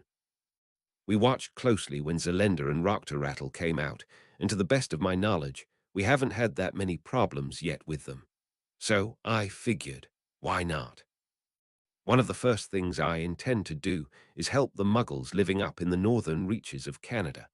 Life is difficult up there, especially for small roving bands of nomads. I plan to invite many of the tribal leaders up there over to our tallies so they can start up trade. We can get some Muggle supplies, and they can get magical support for dealing with the harsh climate. Hodges listened for a few minutes, but eventually he began to doze off. He was brought back to his senses by the man next to him, who nudged him imperceptibly. Waking up, Hodges noticed offhandedly that the High Chief was pointing at places on a map. The man who had nudged Hodges muttered something in his ear. I can't help but think that 50,000 of those blokes can be a rather imposing force. Considering that they're all crammed together on those two islands and take up lots of space, what's preventing them from taking over half of northern Canada? The entire area up there is sparsely populated, and as it is they may be planning to turn those Inuit tribes into vassal or client states. DeLorean Motor Corporation. Kathleen DeLavga was about to head home for the day when Biff ran into her in the corridor. He seemed nervous, yet determined. She looked at him in surprise. Biff, what's going on? You seem a bit disturbed. Biff stared intently at the floor. I'm just a bit concerned about whether we're going to lose our jobs if they walk away with our time turners, and the farm makes it so we can't fly the car anymore. Kathleen put her hand on his shoulder. There isn't much we can do about that, I'm afraid. Just do your best in the time we have left if we do get laid off. That will increase your chances of landing another job. Biff looked up to her and nodded. That's good advice, Kathleen. At any rate, I was planning on doing some work on the parachute in the time machine overnight to make sure that it works. Unfortunately, I forgot the 20-digit code to activate the flying enchantment. The parachute isn't going to do much good if it isn't hovering now, will it? Kathleen chuckled and headed back to her office. No, it's not. Let me write it down for you, okay? Biff nodded as she looked up the number, jotted it down on a piece of paper, and handed it to Biff. A big smile flashed across Biff's face for a second as he picked it up. What was that about? She'd never seen him that excited for a while. Biff looked at her in relief. Thanks, Kathleen. I'll see you tomorrow. Kathleen nodded and headed out the door. Don't mention it. Tell me if you find any problems with the parachute. I will, Kathleen. You can count on me. Chapter 313. Gray's Sports Almanac. 0454's Wednesday, August 7, 1996. DeLorean Motor Corporation, Humble, Texas, United States of America. Biff Lannon hoped that this would work. He knew enough about time travel from the Back to the Future movies to know not to create time paradoxes. He would likely be in two places at the same time, and he'd need to be careful to not interfere with his other self, or doppelganger, as Atlantis had called it. He had brought along a spare tire and an extra tank of gas in case there was a problem with the car while he was in the future. It was urgent that the car get back to the time he departed from so he could close the time loop. Otherwise, God knew what would happen. He had looked over some of the material Oscar had gathered in his office. It hadn't helped much, however. It simply reiterated that time paradoxes were bad. It didn't say what would happen if a paradox occurred, or if the time traveler would notice that a paradox was taking place or was about to take place. Biff soon realized that this type of experiment was so dangerous that very few people even tried it. On the other hand, Atlantis had shown that it could work if handled properly. Besides, it wasn't as if Biff could afford to not do this. If he lost his job, he would need money in a hurry.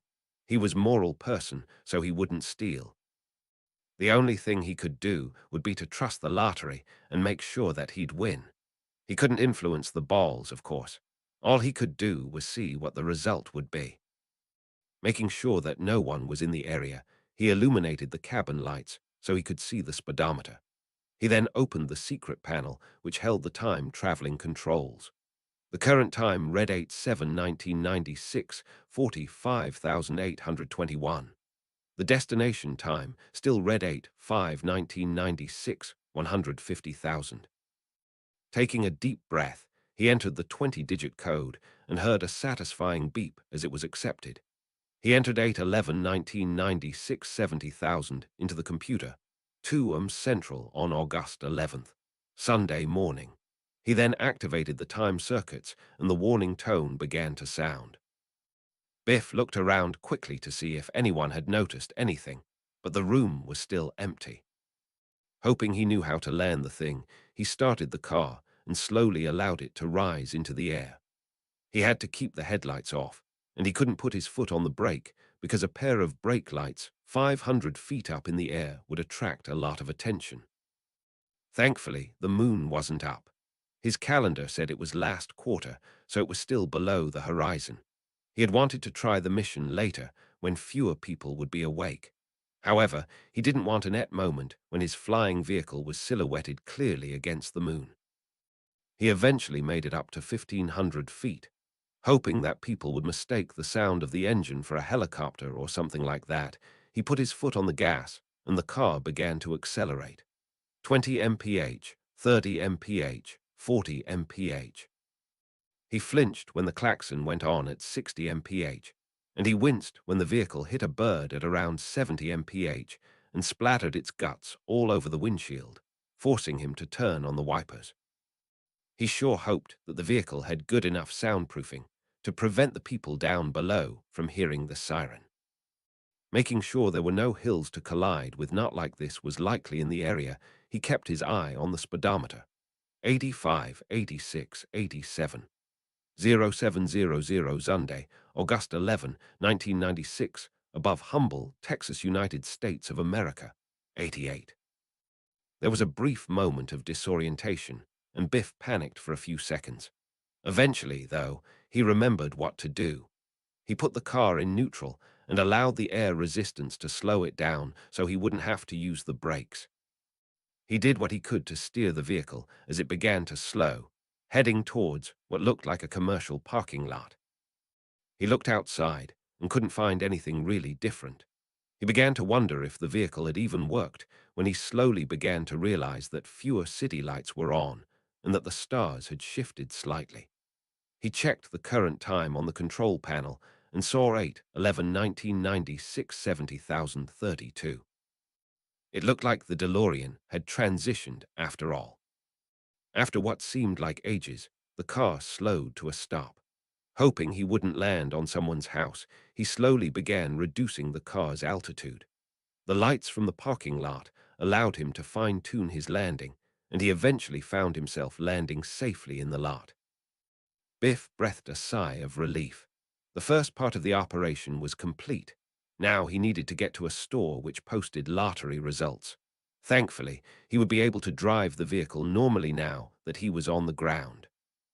He headed out of the parking lot and started looking for a 24-hour convenience store.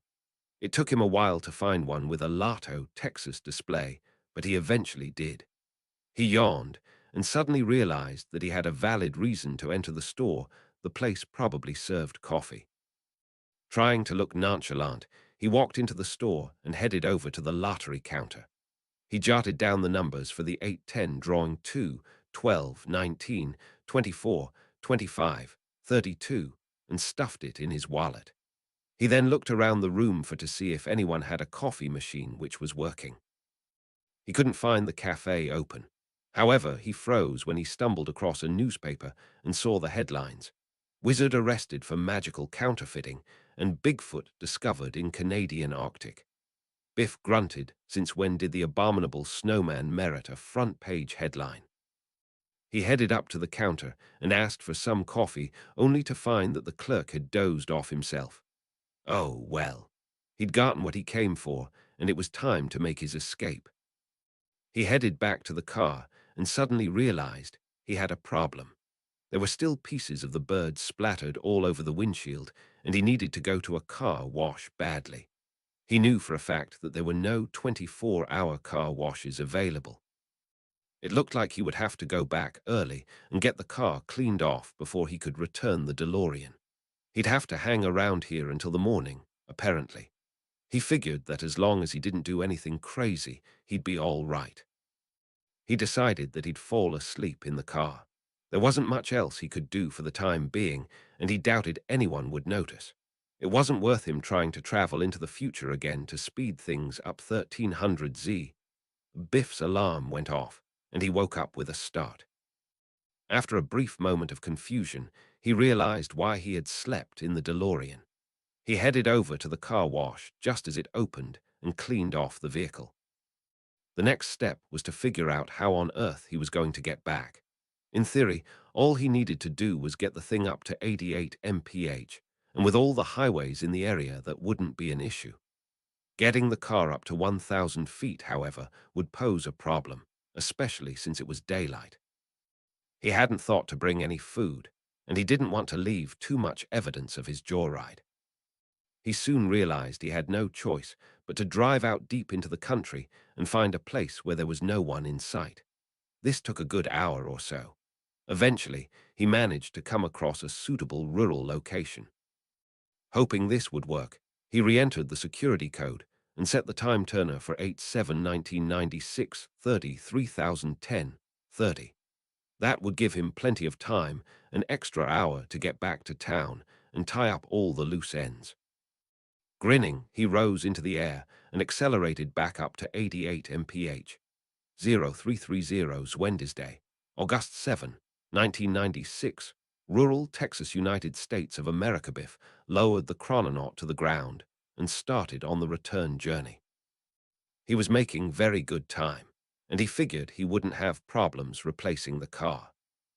What he hadn't counted on, however, was the fact that someone could get disoriented out in rural Texas on a dark night.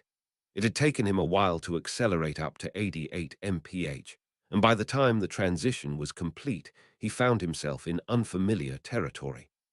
This posed a problem. He wished he had brought a map.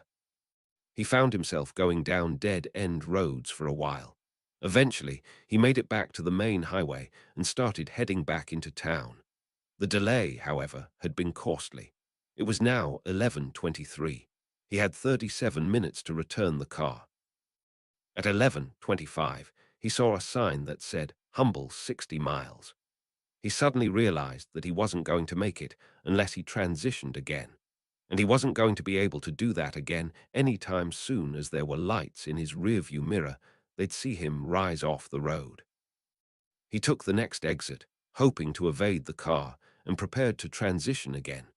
He soon made it back to the highway and began gunning the motor, hoping to get 88 mph on the ground and then take off at the last minute. Hell, that would avoid another bird strike. He had hit 80 mph when he saw the flashing blue lights appear behind him, and gaining. Frantic, he didn't know what to do. If he flew off the road, he'd be giving away the fact he was in a DeLorean, and if that cop could do 90. The clock struck midnight about 5 minutes after Biff had been handed his speeding ticket. Surprised that he hadn't blown up or turned into a frog, he headed back to the office and parked the car. Only time would tell if he would get away with it. So far, however, it seemed promising. Chapter 314. Jephthah, Samson, David, and Goliath. Wednesday, August 7, 1996, Temple Beit, Israel Waltham. United States of America. The synagogue's function room had been filled to capacity with the members of Students for Samuel. I had barely been able to make it in before they had run out of tickets and started turning people away. Most of the people in the group, myself included, were following the updates from the Rhinebeck conference religiously.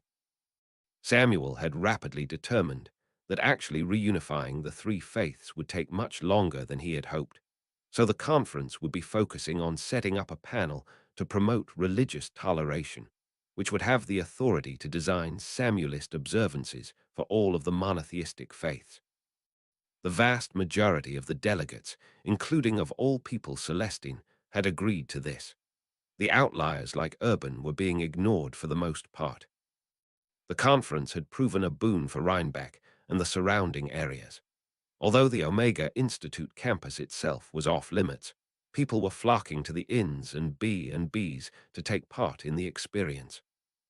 About 85% of the hotel rooms within a 5-mile radius of the campground were booked for the foreseeable future. Several of the inns had hired students from the Culinary Institute to cook meals for them in order to lure prospective pilgrims to their establishments. I had glanced at the hotel prices for the surrounding areas and was horrified to see most of them going for over $150 a night. Even with a software engineer's salary, for the time being, I wasn't going to try that.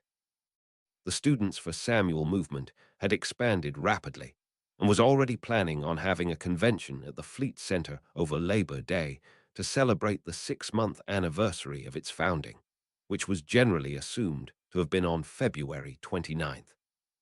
Students were supposedly coming in from as far as Maryland and Toronto, and several people on the West Coast were trying to set up a chapter at UCLA.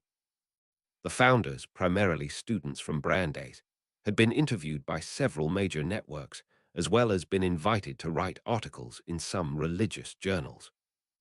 The journals hadn't been the only organizations whose interest had been piqued by our movement. Supposedly, Samuel himself had found out and was delighted to hear that his views were spreading. That would have been a blessing in itself. However, the prophet's response had been even more astounding. He had decided to send Tickwell, one of his mentors, over to Waltham to introduce himself to the students and to give them a bit of a pep talk. Tickwell, whose name meant the hope of God, using the original Semitic pronunciation where the vav was pronounced as a W, would be accompanied by the female interpreter. No one had ever heard of Tickwell before Samuel had brought him up. Samuel explained that Tickwell had opposed Saul's plans to be king and had been stricken from most of the records by the exasperated monarch. Samuel had supposedly chuckled that he himself would have likely been expunged as well and Tickwell killed, had it not been for the fact that Samuel had been the man who had actually crowned Saul. There was a hush in the auditorium as the interpreter made her way up to the front of the room. Seconds later, Tickwell appeared in a flash of white light. He appeared to have died in his 60s, presumably of natural causes, and appeared to have been an ascetic. He was as bald as a ping-pong ball and had a thin mustache. The interpreter began to explain. "Ladies and gentlemen, allow me to introduce Tickwell, wizard and mentor to Samuel and colleague of Deborah. We can't get the chronology down perfectly, but we believe that he lived from 1102 to 1036 BC. He may be able to shed some light on what happened in the latter part of the Book of Judges, prior to Samuel's birth. Recall that Samuel was born in 1073 and died in 1015. I have asked him to elaborate and comment on some of the stories in the Book of Judges. One more thing, please don't ask him about his family life or about the sword. I'll tell you everything you need to know. Thank God he doesn't understand English. He married Nuria, a Muggle, in 1085 and had two sons. One of them died in childbirth, taking Nuria with him. The other was killed in action, fighting various other nomadic tribes. That sword that he is hanging from his belt apparently belonged to his son and was returned with the body. Needless to say, he doesn't want to talk about that. Someone in the front raised his hand. Is he going to tell us who in the Bible was a wizard? The interpreter shook her head. Number Samuel has agreed that no one from the Bible will be exposed as a wizard unless he or she does it himself. From what I gather, there is growing consensus in Sheol that if other biblical wizards exist, they will not reveal themselves, because doing so will undermine the religious beliefs and veneration of billions of people worldwide. It looks like Samuel, Deborah, and Tickwell is all that you're going to get. Any other questions? There were none. Seeing this, she turned to Tickwell and nodded. The ghost began to speak. Good afternoon, people. My name is Tickwell, and I would like to thank you for your support of Samuel's goals. Samuel was one of my most gifted students, and it is not a surprise that he was chosen to anoint Saul king. He chuckled. I must say, had he had me anoint him king, he probably wouldn't have harassed me about my anti-monarchical policies and made sure I was stripped from the records. That's why I'm not in the record books you use. I would like to update you a little on what's happening at the conference. Although I cannot understand entirely what is going on because of the language barrier, things seem to be progressing nicely. There haven't been any major squabbles yet, which haven't involved the people under Urban Roman 9, the Celestines, I believe you call them. The delegates, for the most part, are eating together and praying together, albeit using varying rituals. That's a good start, of course, but we've still got a while to go. Tickwell looked around the room. At any rate, he recommended that I talk to you about people from what you call the Book of Judges. Be advised, however, I do not recall any judges living around my time. There were a bunch of warlords fighting against the Philistines, and occasionally against each other, while they weren't trying to occupy Canaan. I suppose that they could have been considered judges in that their whims served as law in those chaotic times. So, here's what I recommend. You give me names, and I'll tell you what I know about them. I'm also kind of curious whom you don't mention. I want to see if anyone is missing other than me. People started raising their hands, and Tickwell chose someone at random. Tickwell shook his head. He was well before my time. As far as I know, he was the commander-in-chief of the Israelite forces when we first got to Canaan. That appears to be public knowledge, however. Another person called out, Gideon. Tickwell shrugged. Warlord from before my time who tried to pass himself off as public hero, one of those judges you were referring to. Lots of those. Jephthah, he's near the end of the book, isn't he? I figured you may know him. Tickwell was silent for a long time. It was clear that he recognized the name. Eventually, he drew a deep breath and stared at his feet. He muttered something, and suddenly the interpreter's eyes shot up. She turned to him for clarification, and he said something which appeared to confirm his prior statement. She turned in shock to the audience. He says that, although he never met Jephthah, his father did and told him the story. He mentions that if the kings paid more attention to what happened after soldiers got back from battle, tragedies like Jephthah's would have been averted.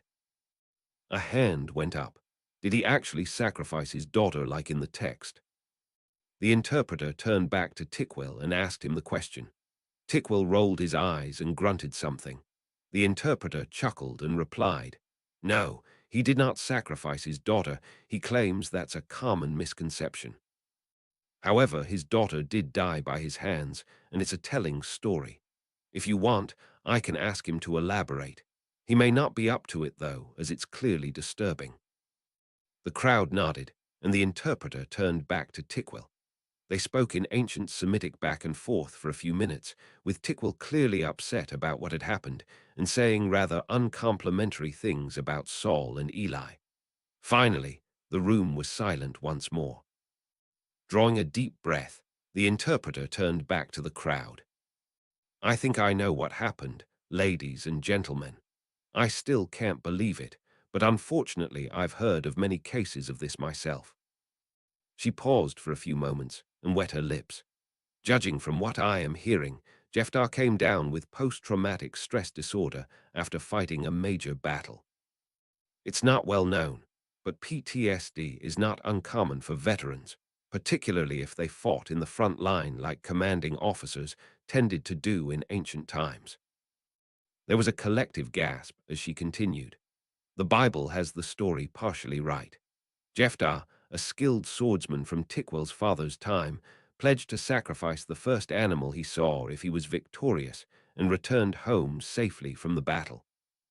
You probably recognize this part from the Bible. However, the actual nature of the sacrifice was far different from what the Bible depicts, and far more terrible. Jeftar won the battle. However, victory came at a grievous price. Tickwell claims that the Israelites lost a good 40% of their forces, and the front lines were decimated by swords, spears, and arrows. Captain Jeftar watched in horror as Ammonite warriors surprised his formation and butchered most of the men he had sworn to lead. Jeftar himself lost an ear in the fighting. She waited a few seconds before continuing. The combination of the injury and the gruesome sights he saw triggered what is now known as shell shock or combat neurosis, a form of PTSD common to veterans. He became irritable and had serious personality changes. However, he didn't realize it until it was too late. He was discharged after the injury and sent home. He then made good on his promise to sacrifice the first animal he saw, and this is where things got ugly. You see, the first animal he saw was the family's prized milch cow. You may not understand this, but a milch cow is an extremely valuable animal to a farmer. Without it, calves won't be able to feed and could die. Destroying such an animal would decimate the flock. Having partially lost his mind from the PTSD, he couldn't think of anything other than following through on the pledge. He told his wife and daughter, who promptly started arguing with him.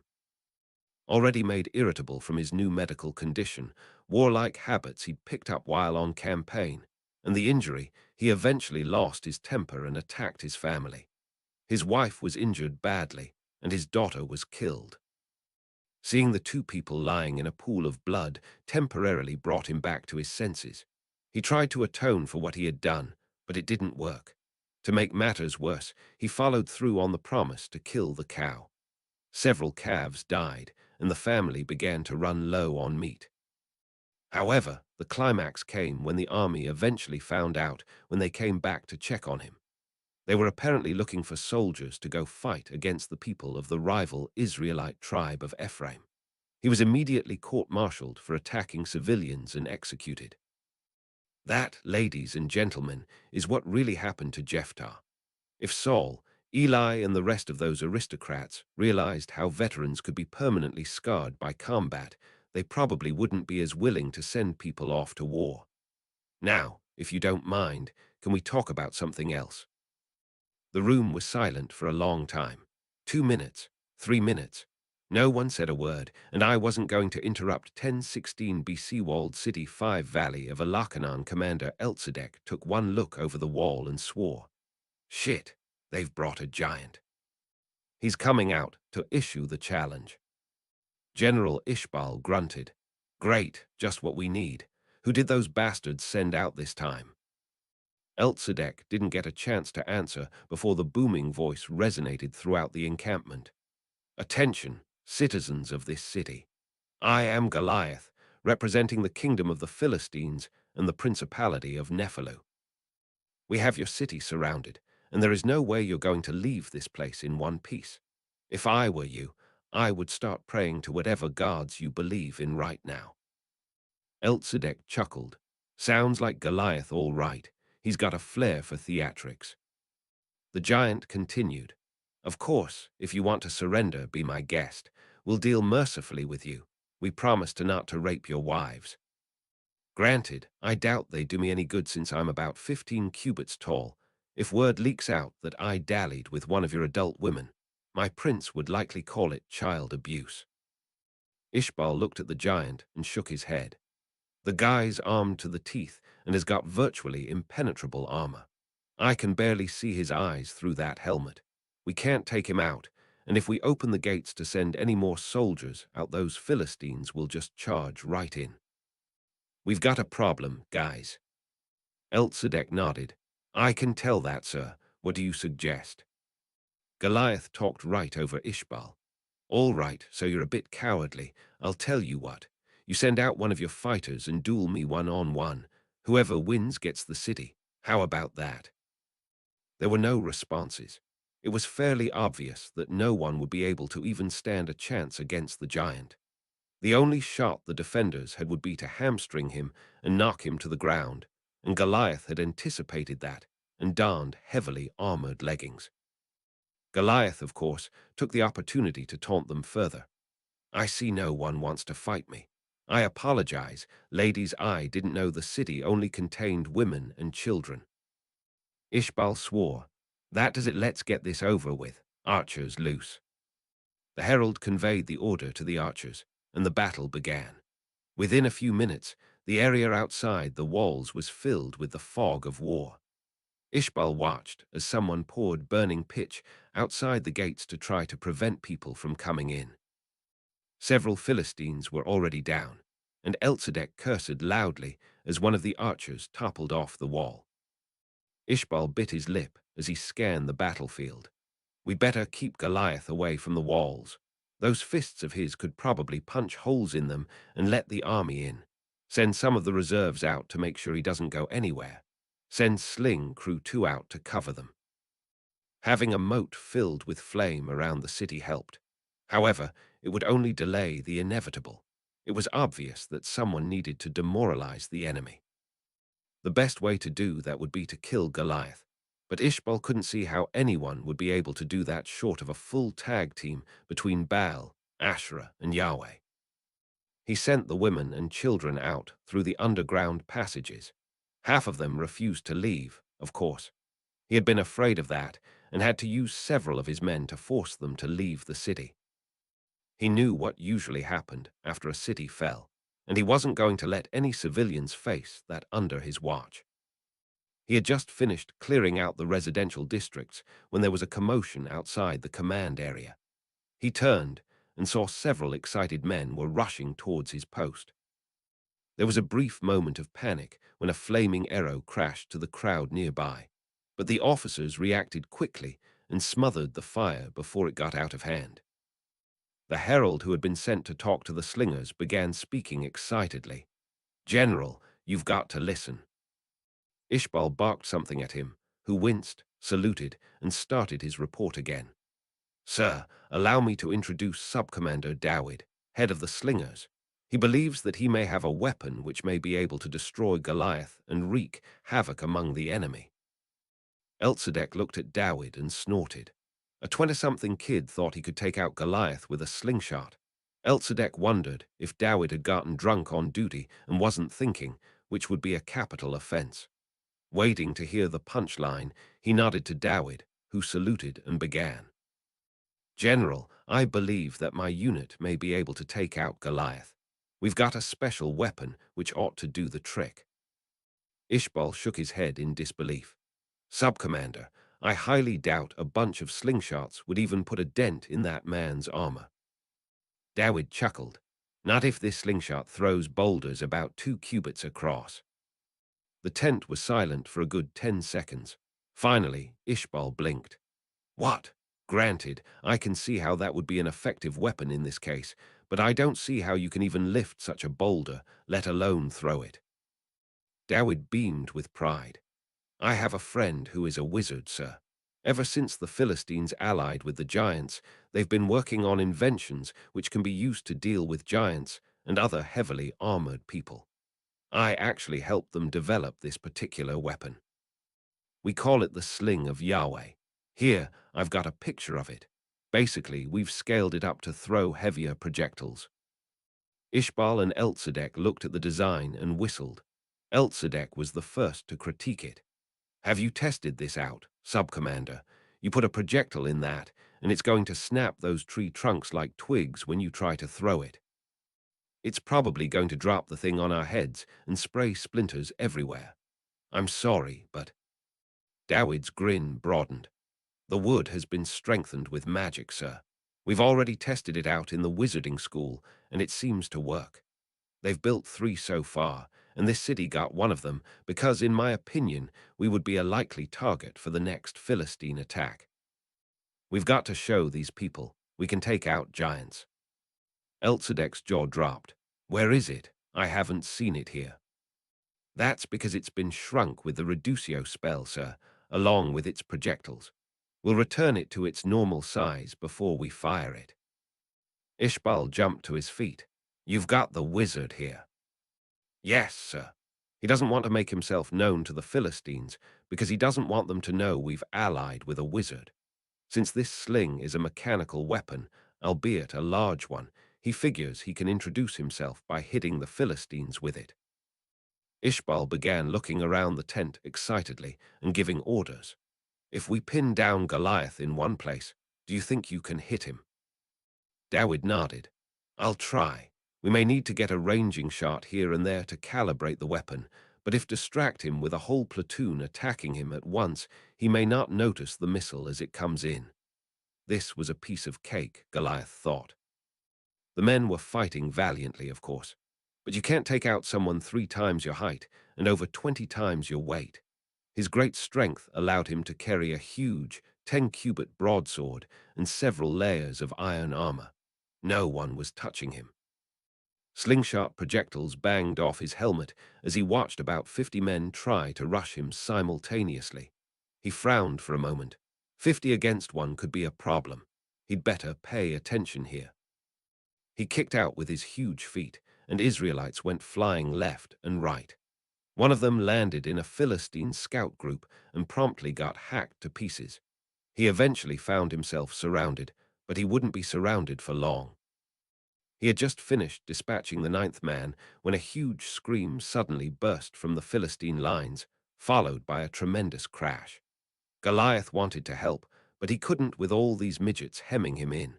Presumably, the general would be able to handle this threat on his own. Someone suddenly yelled at him. Goliath, on the wall, they've got some kind of sling designed for tremendous boulders. I don't know where it came from. Goliath glanced up at the wall and his jaw dropped. He couldn't see much of it with his attention focused on the Israelite soldiers at his feet, but whatever it was looked nasty. Kicking at more Israelites, he shouted, Get rid of it. That's going to wreak havoc among our forces. Tell them to send the flaming arrows over. The soldier nodded and ran off. Goliath then turned back to the attacking Israelites, who were pressing their attack more strongly. The contraption's 3rd shot hit him right in the forehead and decapitated him. The Israelites whooped with pride, and people began showering Dawid with congratulations. Ishbal barked an order for everyone to return to their posts, as there was still a large army of ordinary-sized people to deal with. Someone told Dawid to run for politics. Eltzadek swore and pointed at the oversized sling. Apparently, someone had set on fire and broken the string. The weapon suddenly disappeared, and the wizards clustered around it. It was most definitely out of commission for the time being. However, the Philistines had been absolutely shocked and demoralized by the appearance of the weapon. The Israelite forces slowly began to beat them back. As they advanced, they picked up what was left of Goliath's head and shield to return them to Dawid as a trophy. 1063 BC Gath Philistine Territoricanon Colonel Nahum had to fight to keep the excitement out of his face when he delivered his report. He didn't think he'd managed it perfectly, but he doubted that the general would complain once he heard this. Sir, we've got an update from the Ammonite ambassador. The mission against Shimshan was a success, and the Israelite wrestler strongman is dead. The king put the man's head up on a pole to try to scare off the Israelites. They wanted to take his shield, but found it impractical to lift. The general breathed a sigh of relief. That's good to hear, Colonel. I must say, the Israelites pulled a major coup there when they converted him from an infantryman to an archer. All that extra muscle translated to increased range, and the fact that Bastard could hit us when we couldn't hit him could have posed a problem for the entire region. Supposedly, the fellow could draw a 200-pound bow and send arrows a long, long way. Nahum shrugged. I must say, sir, he wasn't that bad of an infantryman or sapper either. I heard that one of the temples of Dagon went down when Shimshon led a bunch of guys down there and knocked out the foundations. The priests and soldiers tried to stop him, of course, but the fellow was carrying a gigantic shield which probably weighed 80 pounds. All he had to do was block the entire tunnel with the shield and bash people's heads in with it. No sword necessary. The general grinned. It's a pity he didn't have the shield on him when that hooker seduced him and let in Ammonite agents. Nahum stifled a laugh. You got that right, sir. Judging from what that Delilah woman said, he didn't have anything on him whatsoever when they caught him. A rather embarrassing way to go, wouldn't you say? The general nearly fell over laughing and reached for the pitcher of pomegranate juice. Wine would do better, of course, but he had prohibited all alcohol while on duty. Serves him right, Colonel. Let's toast this occasion. The champion of Yahweh gets the supreme honor by getting to meet him face to face. The two officers toasted the barbarian's death, at which point the general turned serious once more. Now that Shimshon is out of the way, it's time for us to come up with our own Shimshons. Nahum gaped at him. Sir, how are you going to do that? The fellow was a freak of nature, from what I've been told. He was also a Nazarite, which means Yahweh. The general grunted. Yahweh had nothing to do with it, Colonel. Shimshon was not in fact a Nazarite. Yes, he had long hair, and used that to his advantage, convincing his allies that he was in fact a Nazarite, and as a result had been blessed by Yahweh with his great strength. However, he drank and caroused freely, which Nazarites are not allowed to do. The high priest actually sent out a message trying to explain that he wasn't a Nazarite, and his atrocities were actually giving that order a bad name. Shimshon was just an ordinary soldier, albeit an unusually muscular one. I see where you're going, sir. You want to find out where he comes from and recruit some of his relatives, who are likely also strong. The general shook his head. That's not going to work, Colonel. I doubt they'll betray their own people. Could you find out who trained Shimshon and recruit him? We can try, but I suspect he's an Israelite and won't talk. I'm not going to be working with a bunch of people who are as likely to turn on me as fight for me. Nahum frowned. Then what's your plan, sir? The general grinned. Simple. We come up with our own Shimshons and make sure that the guys we recruit are stronger, taller, and more warlike than anyone they can. Nahum blanched. Are you telling me that you're going to go to Nephilu? You're going to seek an alliance with the Nephilim? The general nodded. I spoke with our king, and he agrees. If the Israelites wanted to start a muscular arms race with that Shimshon freak, we'll be more than happy to reciprocate. After all, Nephilu is very near our territory, and the Israelites will likely threaten Nephilu if they attack us. An alliance makes a lot of sense here. Nahum thought for a moment. It does. However, what's to prevent the Israelites from doing the same thing? The giants can serve them as easily as they can serve us. I wouldn't worry about that, Colonel. The Israelites apparently stumbled across the Nephilim during a scouting mission a couple of centuries ago, supposedly led by the fabled Joshua himself. The scouts panicked and decided that they really didn't want to go anywhere near the area. There hasn't been much diplomacy between the Israelites and the Nephilim ever since that incident. I see, sir. Oh, that's not all, Colonel. The Nephilim's first impression of the Israelites was of scouts armed to the teeth. I suspect they had come to spy on the land, but no one knows for certain. This, combined with the rumors that a large band of people was migrating from Egypt to Canaan, immediately made the Nephilim think that the Israelites were going to conquer them. Nahum shook his head. The Nephilim couldn't have thought the Israelites could take them out. Don't be so sure about that. Yes, one giant can probably take out 20 or 30 ordinary soldiers. However, there aren't that many giants, and the rumors estimated the size of the nomadic tribe to be as high as 2 million, of whom 600,000 were of fighting age. Neham snorted. 600,000 warriors? No way, absolutely no way. The general chuckled once again. They dismissed the idea of 2 million people, leaving almost immediately as gross overestimate. The question was how much it was overestimated by. The giants could have handled 20,000 people easily, especially if most were non-combatants. But 200,000 people, all warriors like the men the giants had just encountered. Goodbye, Nephilu, and watch out, Suma. At any rate, Prince Agmo of Nephilu, he was ruler at the time, promptly started trying to set up alliances against the Israelites as they were coming in. Neham saw where he was going. And now that the Israelites are rampaging through the area, you want to send an emissary to Prince Valatha to see if they want to continue that tradition. That's right, Colonel. If we play our cards right, we'll be able to convince them to let giants join our forces. We've got more men than the giants do, but the giants are far stronger and more robust. Think Shimshan, but 10 times worse, and working for us. Neham smiled. I like it, sir. I like it a lot. I'm glad you do, Colonel. If it's all right with you, I'd like you to take the lead on this mission. With Shimshon down and the Israelites scrambling to find a new hero, we may have time to pull this off. Neham saluted. It would be an honor, sir. However, I must say I do have one question. What happens if they don't want to deal with us, or worse still, have allied with the Israelites in a surprise move? The general shrugged.